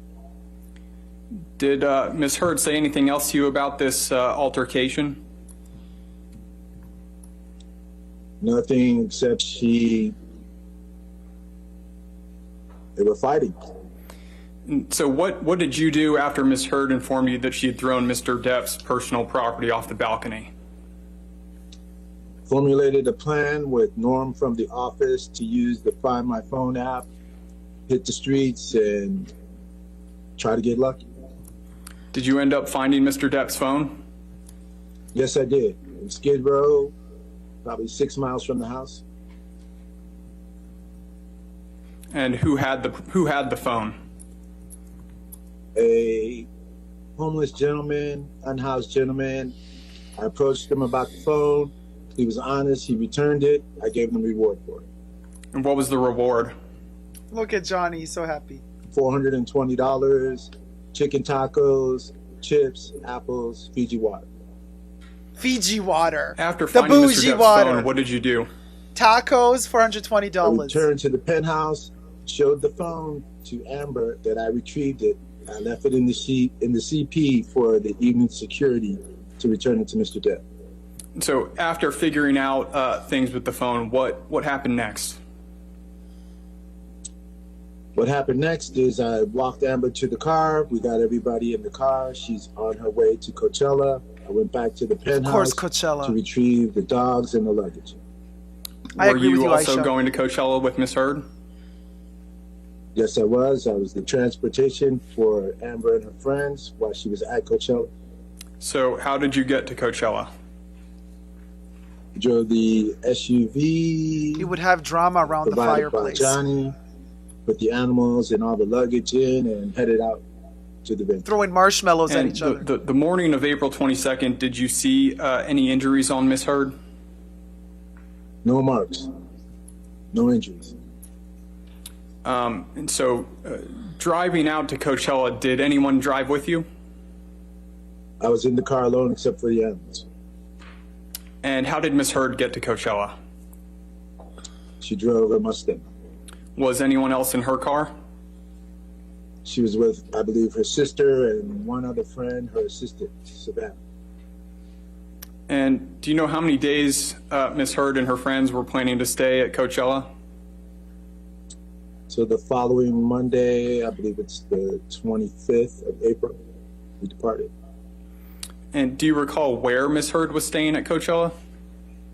We were staying at the Parker boutique hotels there in Palm Springs, outside of Coachella. Were you also staying at the Parker Hotel? I also stayed there. And so did you attend Coachella for work or for pleasure? For work. And what was your job that weekend? Provide security and transportation, animal care, Amber's rolling assistant, take care of her, whatever she needed while she was there at the Parker or in out traveling. Do you recall what time approximately you arrived at the Parker Hotel on April 22nd? Around 5:30ish, maybe 5:45. And what did Miss Heard and her friends do that evening, April 22nd? That evening, we arrived.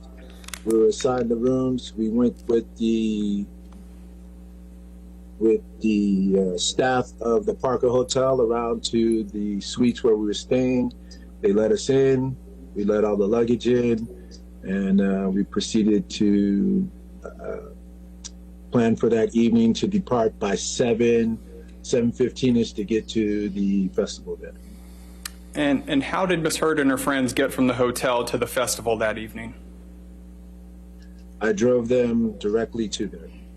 And did you have any discussions with Miss Heard on the way to Coachella that evening? We had a conversation pertaining to the surprise she left in the boss's bed prior to leaving the apartment. The poop. And when you refer to the surprise in the boss's bed, what are you referring to? The defecation.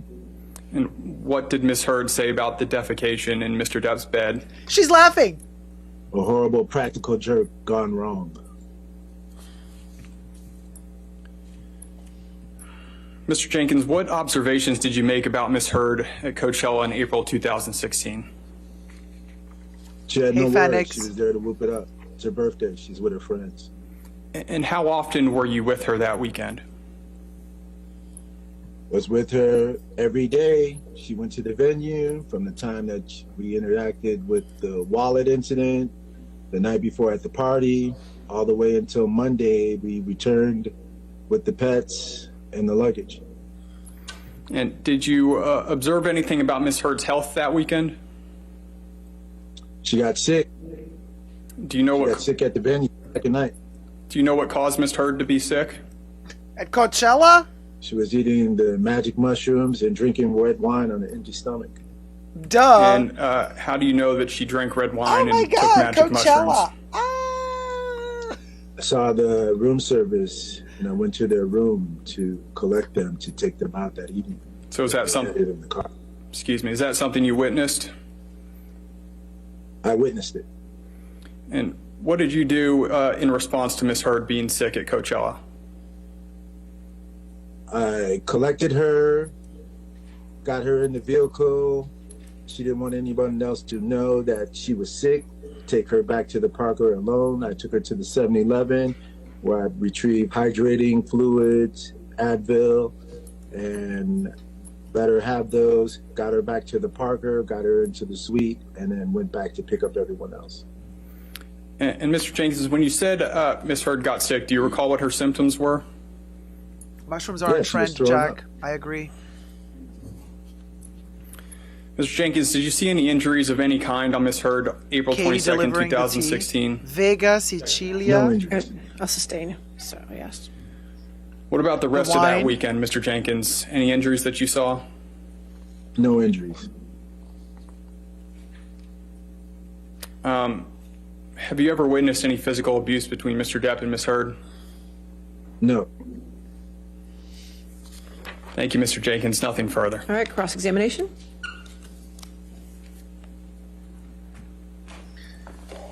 Oh boy. Okay, here goes, you guys. Good afternoon, Amber's Mr. Jenkins. lawyers. Good afternoon. So just to be clear on the chronology, you met Mr. Depp in 1993, is that right? Correct. And you've worked for him ever since? Off and on? Yes. Okay. And your salary's paid by Mr. Depp, correct? Yes, Katie. Salary. He implied that You implied receive that pay for the Amber work that you do for Mr. Depp. admitted to correct? the pooping. Of course. Yes. Of course. And Mr. Depp's security is your highest priority in your job, correct? Yes, it is. You're loyal to Mr. His Depp. and his family. And his family. You're loyal to Mr. Depp, right? Yes. Now, I want to turn to the night of April 21st, 2016. Just to recap, you said you were working a security Hello, shift Mandeep. at Amber's birthday at the Eastern Columbia building that evening, correct? Correct. And you said that your shift ended around 11:15, correct? Correct. And you said the boss still hadn't shown up by the time that you left the Eastern Columbia building, right? Correct.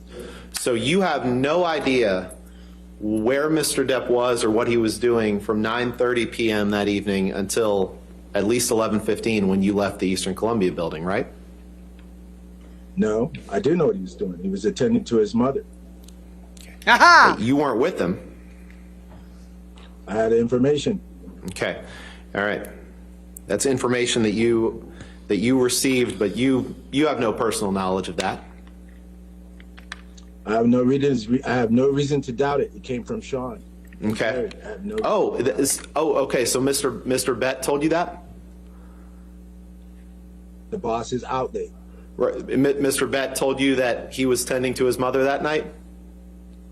He didn't say mother. He said the boss was out there. I'm aware of what the situation was, the time frame. He's with his mother. Okay. All right. Interesting. Okay. Interesting. Mr. Rottweiler. And did you have any understanding that he had a meeting with his new business manager earlier that evening where he was told that he was running out of money and that his taxes hadn't been paid in years? Did you have any understanding of that from Mr. Objection. Bett or anyone else? Objection. Foundation calls for speculation. All right, I'll sustain the objection. Next question. And you didn't see Mr. Depp that night, right? No, I did not. Okay. So you came back the next morning to escort Amber to Coachella, right? Yes. And you say that Amber told you that she had thrown Mr. Depp's phone off the roof? Correct. And did you come to understand that Mr. Depp had thrown her phone off the roof that evening prior to when Amber threw Mr. Depp's phone off the roof? She informed me of that. Okay, she informed you of that. So when you went outside to look for Mr. Depp's phone, you weren't looking for Miss Heard's phone, were you? She had her phone. She had her phone. She was trying to re-download and back it up. Okay, so you were only looking for Mr. Depp's phone when you went downstairs to try to, you found it with an unhoused person, you said, correct? Correct. Okay, and did I hear you right that you said it was 6 miles away where you found the phone? Wow, is he afraid of? It actually wasn't 6 miles away. It was actually right below the building, the ECB Our building. lawyers that snotty now? It was not. Can you pull up? Homelessness doesn't does he exist have a way for to them. see It's politically documents that- incorrect to say it. Just him, so Your Honor? douche. Yes. Okay. So Could you douche. please pull up the witness statement, Mr. Jenkins? unhoused Mr. Jenkins, person. do you remember Give me a giving break, testimony on Mr. Depp's behalf in the UK trial? Yes, I did. And you gave a witness statement first in writing, correct? Do you remember that? Yes. And then you were examined by the attorneys in the trial, correct? Correct. Okay. Can you see on your screen the Phoenix, statement? phone's raining. Do you see a witness statement? Yes, I see it. It says witness statement of Starling Jenkins, right?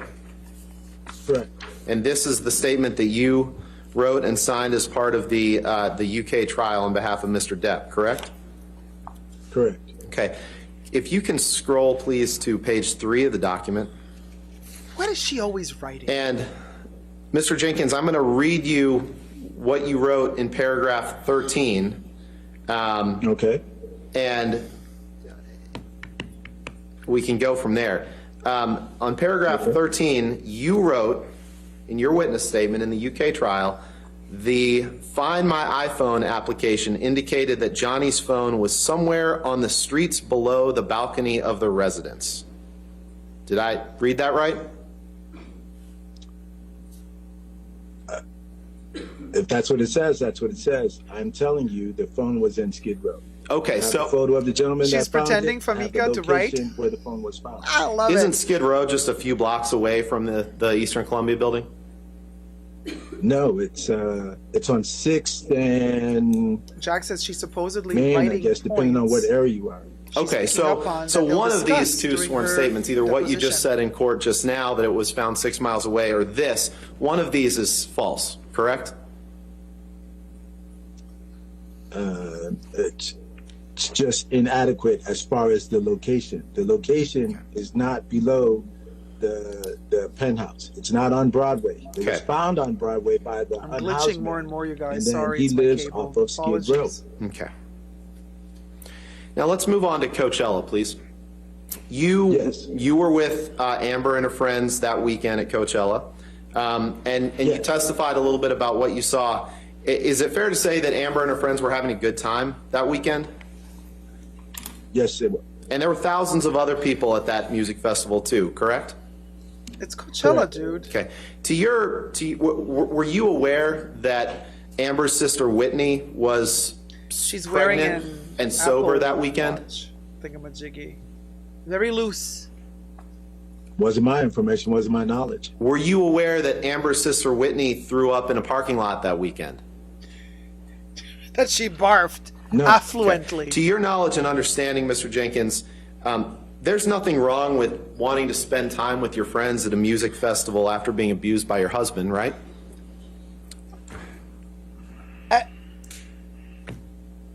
What abuse? That's not an abnormal thing to want to be around your friends, correct? She was partying it up with her friends. She was Okay. partying it up. And you said you didn't hear anything about, she didn't say anything to you about domestic violence having taken place, correct? Nothing in the car pretending Where's to the that. objection? Would it surprise you that she might not want to talk to someone who had worked for her husband for around 23 years at that point about domestic violence? Would that surprise you? Objection, speculation, Your Honor. Sustain Like, the objection. Next You're only question. like 10 minutes too late, dude. Ms. Heard texted you on May 12th, 2016, asking you to call her, correct? Correct. And you did not bother to respond to that text, correct? Correct. And that was the last communication that you had with her, correct? Correct. Now, you weren't, just to be clear, you weren't at Amber's house on Orange Avenue in March 2013 when Johnny was there, correct?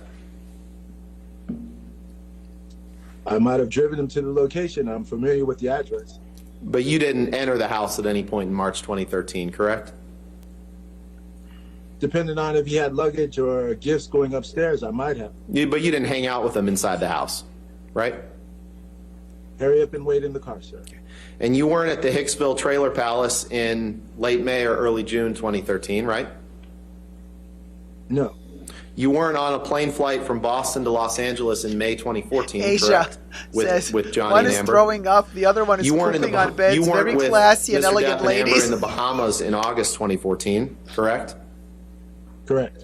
You weren't with Mr. Depp and Amber in Tokyo in January 2015, correct? No, I was not there. Correct. You weren't with Mr. Depp and Amber in Australia in March 2015, Katie says correct? you can lead on cross-examination. It's You infuriating, weren't at but Thanksgiving allowed. with them in Penthouse 5 of the Eastern Columbia building in November 2015, correct? Yes, Jack. Mr. Jenkins I is believe I was he's there. dressed like You didn't- I might Johnny, have some or Johnny's detail. I dressed don't like have the him. schedule, but They have it a might have similar been some style with the detail. rings, the You were- It's a bracelets. holiday. Sure. You don't have any specific recollection of that one way or the other, though, correct? I would probably say I was on duty that day. Okay. It's the holiday. Okay. You weren't celebrating Thanksgiving in Penthouse 5 with them that evening, correct? I was in the CP, Okay, and that's a separate room, correct? separate room on the same level. Correct. And you weren't in the Bahamas in late December 2015, correct? With them? Correct. You weren't in the ECB with just the two of them the night of December 15th, 2015, correct? That is right before the Christmas party, I believe. Correct. And finally, you weren't in the penthouse of the Eastern Columbia building on the night of May 21st, 2016 with Mr. Depp and Ms. Heard, correct? Correct. And you'd agree that you have no personal knowledge of what went on between Mr. Depp and Ms. Heard behind closed doors, correct? Correct. Nothing further. Thank you. All right, redirect. Okay. Well, this wasn't that painful. Jenkins was really, really good at. Just very quickly, Your Honor, do we have Mr. Jenkins' witness statement? Or perhaps? Jenkins is very thoughtful, and he did not fall into any booby traps set by Mr. Rottweiler. And if we could go to the third page, please. Mr. Jenkins, directing your attention to paragraph 13, which Mr. Rottenborn had you look at just a second ago. Yes. He read the first sentence of that witness statement. The Find My iPhone application indicated that Johnny's phone was somewhere on the streets below the balcony of the residence.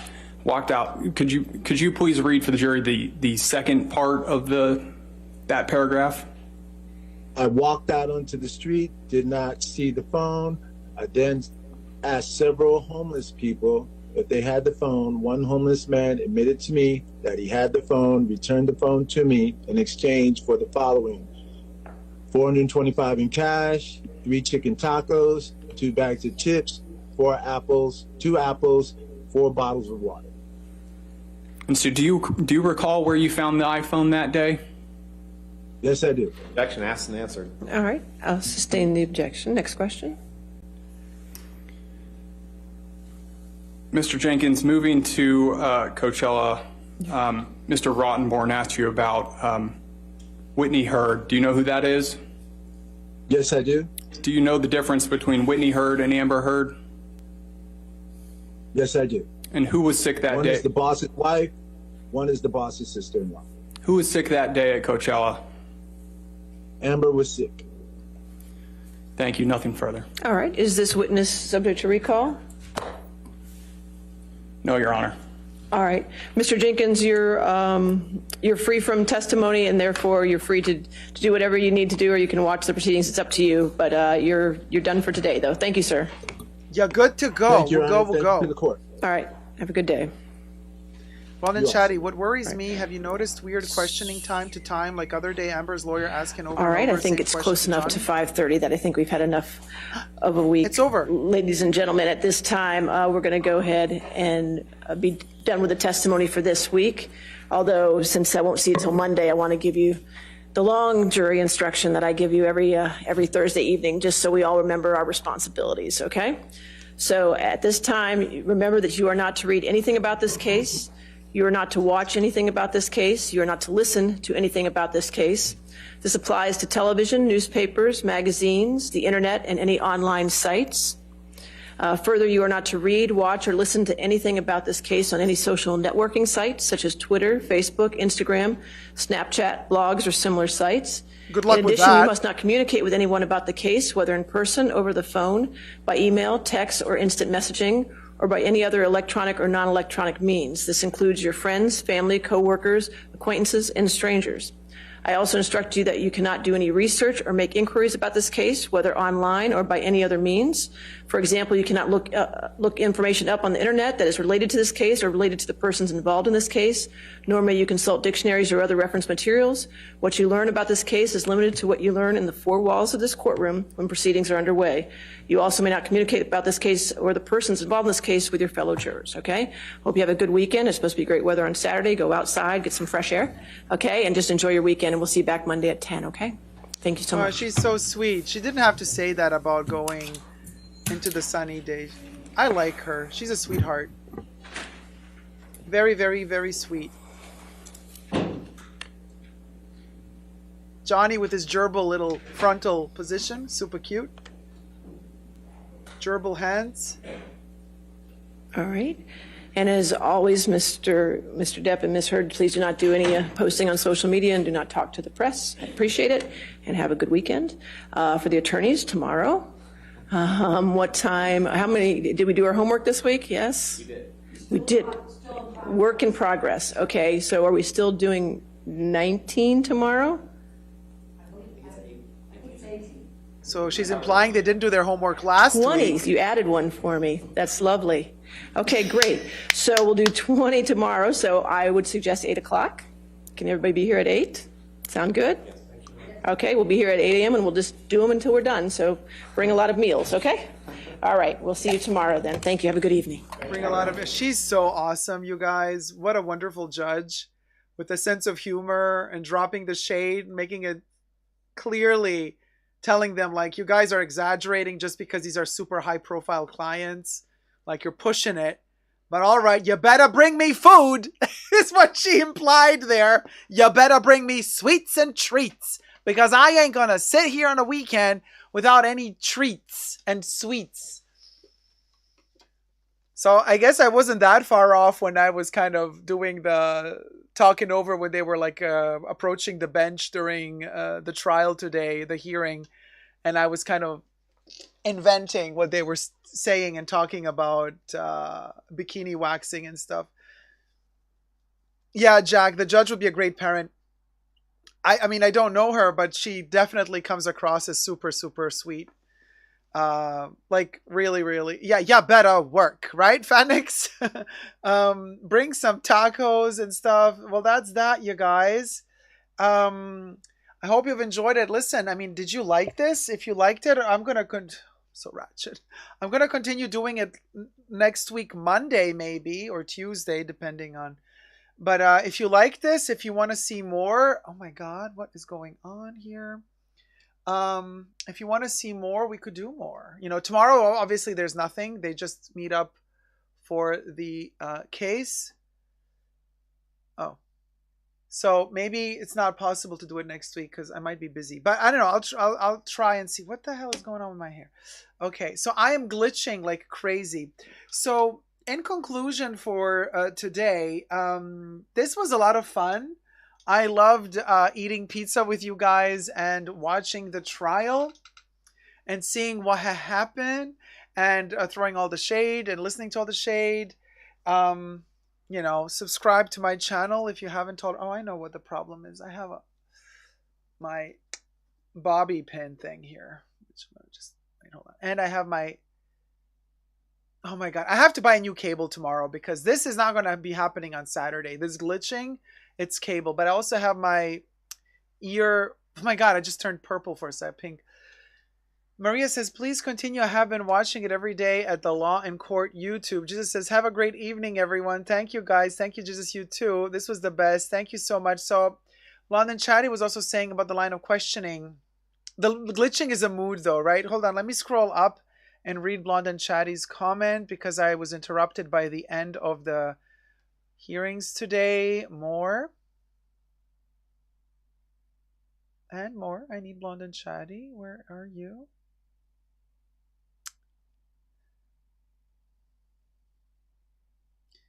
More.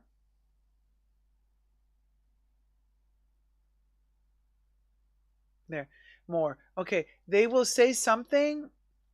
Yeah. Okay. So basically, what worries me, have you noticed weird questioning time to time, like other day, Amber's lawyer asking over and over same question to Johnny? Is that your voice? Is that your signature, etc., to the point of sounding ridiculous? That is a tactic, I reckon. They will use it as ammunition later for a hypothesis they are building up to. They will say something later unconnected then say, but when you were asked a simple question about X, you said blah, blah. I mean, I don't know how far they're going to push it, but obviously, I mean, he was already questioned. Now, when Amber Heard's case begins, well, I don't know how this works. Like, so they're going to question her for his case, and then they're going to question him for her case again. So she's going to testify twice. He's going to testify twice. I don't know how this goes, you guys. I don't know. Were her lawyers annoying? Yes. I mean, are we biased because are we on Johnny's side? I mean, even if I were on her side, I would still say I think Johnny's lawyers are much nicer. They just feel less aggressive than her lawyers do. How will the jury perceive that? It all depends where the jury is from, how old the jury is. Somebody mentioned that the jury's like mostly male. Not so sure about that. I don't know. We don't know who the jury is, obviously. We're not supposed to know, at least until the end of this whole thing. So, Golden Girls marathon for the jury, says Fanix RZ, right? Because they're not allowed to watch anything else on the weekend. They're not allowed to talk about this case with anybody. They're not allowed to research the case on social media. Well, good luck with that now that Elon Musk purchased Twitter and everybody's connecting Elon Musk to the love affair he had with Amber. You can't turn on Twitter without seeing Elon Musk and Amber Heard. So how are they supposed to go on Twitter without being exposed to this case? It's like it's all over the internet. Like they literally have to turn off internet. But it's interesting how the judge said to Amber and Johnny, you guys please don't post anything on social media and don't do any interviews. She didn't say you're not allowed to. She didn't say you're not allowed to post anything and you're not allowed to give interviews. She said, please don't. So legally, like, does that mean that they can, but they're not supposed to, or are they not allowed to? So there's that, I wonder.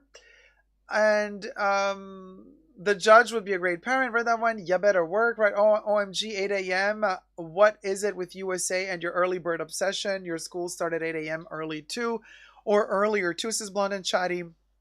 But they also end sooner, 5:30 p.m. and they're out. This was so much fun, Dacob. Thank you, Jack. It was a lot of fun for me too. Loved it. Please continue, says Sunset. Thank you. I like the live streams. Thank you, Miri. Glitching on shrooms, says Fanix. I know, right? It's me and Oculus Orbis. He's my little legal advisor who spent the whole day together with us during the proceedings. Madball's character from the 80s, by the way. So, love the Deco. Please continue covering the defamation case. Oh, Pooja. Antonella says, this was awesome, Deco. Please continue the coverage. Thank you, Antonella. Have a great end of week, Deco. Thank you, Jack. And I'm going to see you all on Saturday for the main show, where hopefully the new cable is going to, because we can't do the main show, like glitching like this all the time is going to drive you and me crazy. Mrs. Blue says, see you Saturday, Dacob. Thank you so much. See you on Saturday. Asia says, see you Saturday, guys. And then love the Dacob says, Pooja, please continue covering. All right, that one already. Katie says, yeah, reruns are a good idea. Golden Girls reruns. T-Pal, stay off all devices, i.e. TV, phones, computer, everything. Literally just live in darkness for 3 days, basically. Yeah, they're just guidelines, says Jack. Blonde and Chatty says, I guess it varies between schools. Darla says, thank you, best all. Super Glitch Dacob says, Asia. I love that one. Super Glitch Dacob should be our merch for Totally Dacob. Thank you, Dacob, says Katie. Thank you, too, for tuning in, you guys. What a great way to finish my day. Greetings from Barcelona. Thank you so much, Phoenix. Greetings to you, too. And also, yeah, sorry for starting so late, but again, the computer was causing so many issues, and I would have covered at least 2 hours more of the trial had I been able to begin sooner. Yay, not long to wait till Saturday, says Blonde and Chatty, right? It's almost Saturday, you guys. And then I have text covering the chats. Despina says, see you all, guys. Asia says, next NFT, the glitchy one. So there you have it, guys. I mean, it was super fascinating. I can't wait to follow what's going on. I mean, we still have 4 weeks of trial, 3 or 4 weeks. Oh, wait, hold on, you guys. Wait, guys. Wait.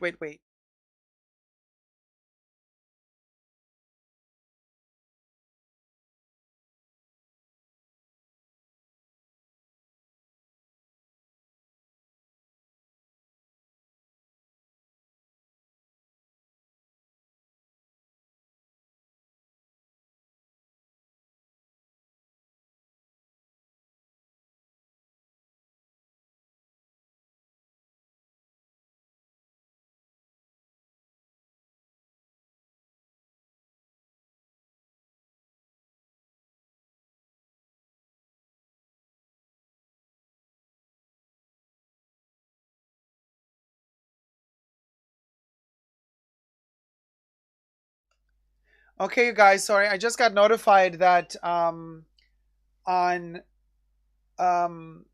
Teespring, which is now called Spring, Teespring, they manufacture my merch. So because the merch has been selling very well, they have allocated a special person just to work with me, which is really cool. And they're offering, I don't need this freaking thing anymore. Sorry, I just have this. I just take this off. This was all for the cord case. I had my earplug, which is driving me insane, and all my hair is driving me insane. Hold on, Mason Pearson, baby. Let a bitch brush her hair as I deliver the news. Okay. Let me tell you. So they've informed me that I can now have a special thing made for me. They can make a plushie for me. Isn't that amazing? I want a plushie, you know? I want a plushie made. I just don't know what plushie. I don't know what to do. Like, what sort of... Okay, I have a pizza in front of the screen. I mean, it could be a live-in ferret plushie. I mean, it would be an ugly one. It could be a live-in ferret. What's a plushie? Oh, it's like a stuffed... Like, this is a plushie. Okay, the head, Baby Yoda's head is not soft. It's plastic. But a plushie would be a soft animal or character that is stuffed. Totally custom made, you guys. It can be totally custom made, and then they're gonna... But I think I have to pre-order a ton of them, though. A plushie crop, says Phoenix. Well, that would be a waste of plushiness.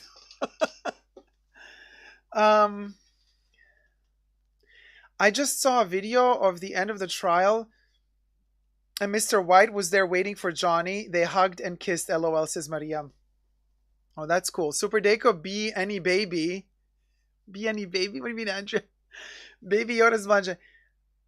What is be any? Oh, beanie. Oh, beanie baby. Yeah. We could do a beanie baby. Asia says, can we have a mini Dacob plushie? Oh my god, that would be hilarious. A perfume bottle with your face on it, says T-Pal. A crop that we can buy? Or Coco plushie and get sued by Chanel. I don't know, but this is great news. The news just arrived now, so I'm thinking what could be like a good... I'll think about it. But hey, this is fantastic news. A fig tree perfume bottle, says Jack Dean.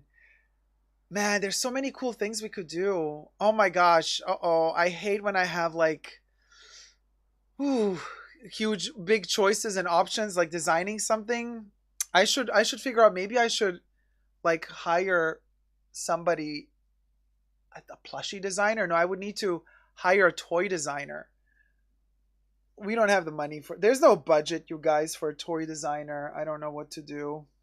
Something. My hair's a mess. Um yeah, no. I still have to tell them what I want. They're not going to design it. Like you have to tell them what you want and then they work on it. But I mean it's definitely something worth. Oh my god. I so want to get a plushie. I to design a plushie just, for the fashion bunker.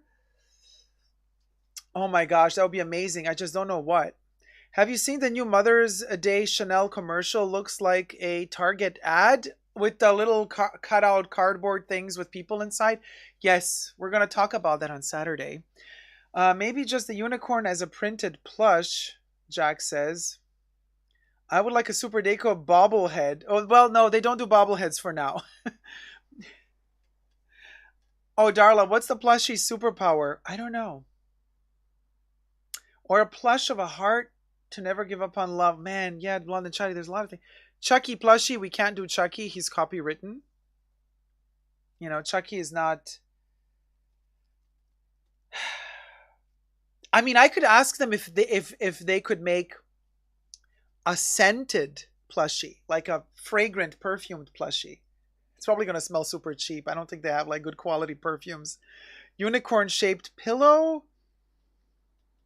So, well, it has to be something that we're allowed to do. So there is no copywritten characters. You can't do Chucky. You cannot do Baby Yoda. You can't do Michael Myers. You can't do any of the stuff that has a copyright on it. Obviously, it has to be an original idea. Yeah, Mrs. Blue, I would love to do Chicky and the Hedgehog, but kind of like literally only a handful of us know what Chicky and the Hedgehog even means. But I would love to have Chicky and the Hedgehog. T-Pal says, I got no time for this, plushie. No, Mrs. Blue, you cannot do Chanel number 5 bottle. Absolutely forbidden. They would sue our diapers off.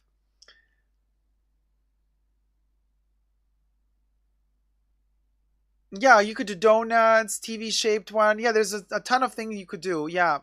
Miri says, Dacob, I went to Chanel to try 2 perfumes this week and said I will come back to buy. Then the sales associate texted me after this. Should I ask before if she is working the day I will come again? Yes, Miri. If you've worked with one sales associate, you've gotten good treatment. The sales associate gave you also nice samples, goodies, freebies. You've worked with them already. Stick with one sales associate. Ask her or him, hey, I would like to come back and buy this and that. Are you working on when can you? Do you have time today, tomorrow? Yeah, definitely. I highly recommend if you like that sales associate, stick with that sales associate. Ask them when they're working and tell them that you want to come in on the day that they're working. Can we have a camellia plushie, says Aisha. Camellias are allowed.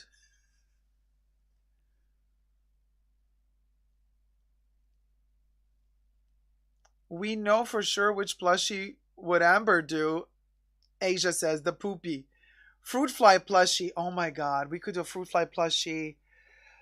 Technically, we could also do an Oompa Loompa because as long as we design it ourselves, I don't know how far that's copywritten.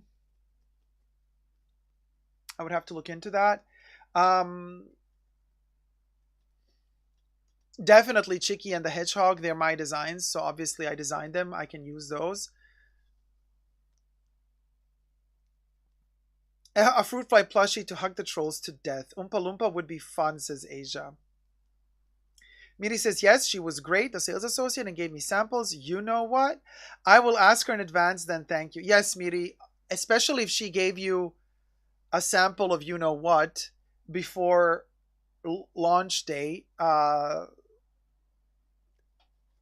Stick with that sales associate and definitely ask her before you go in, say, hey, are you working today? I would like to pass by. Yeah, for sure. Aisha says, yes, blonde, the camellia would look nice in the home.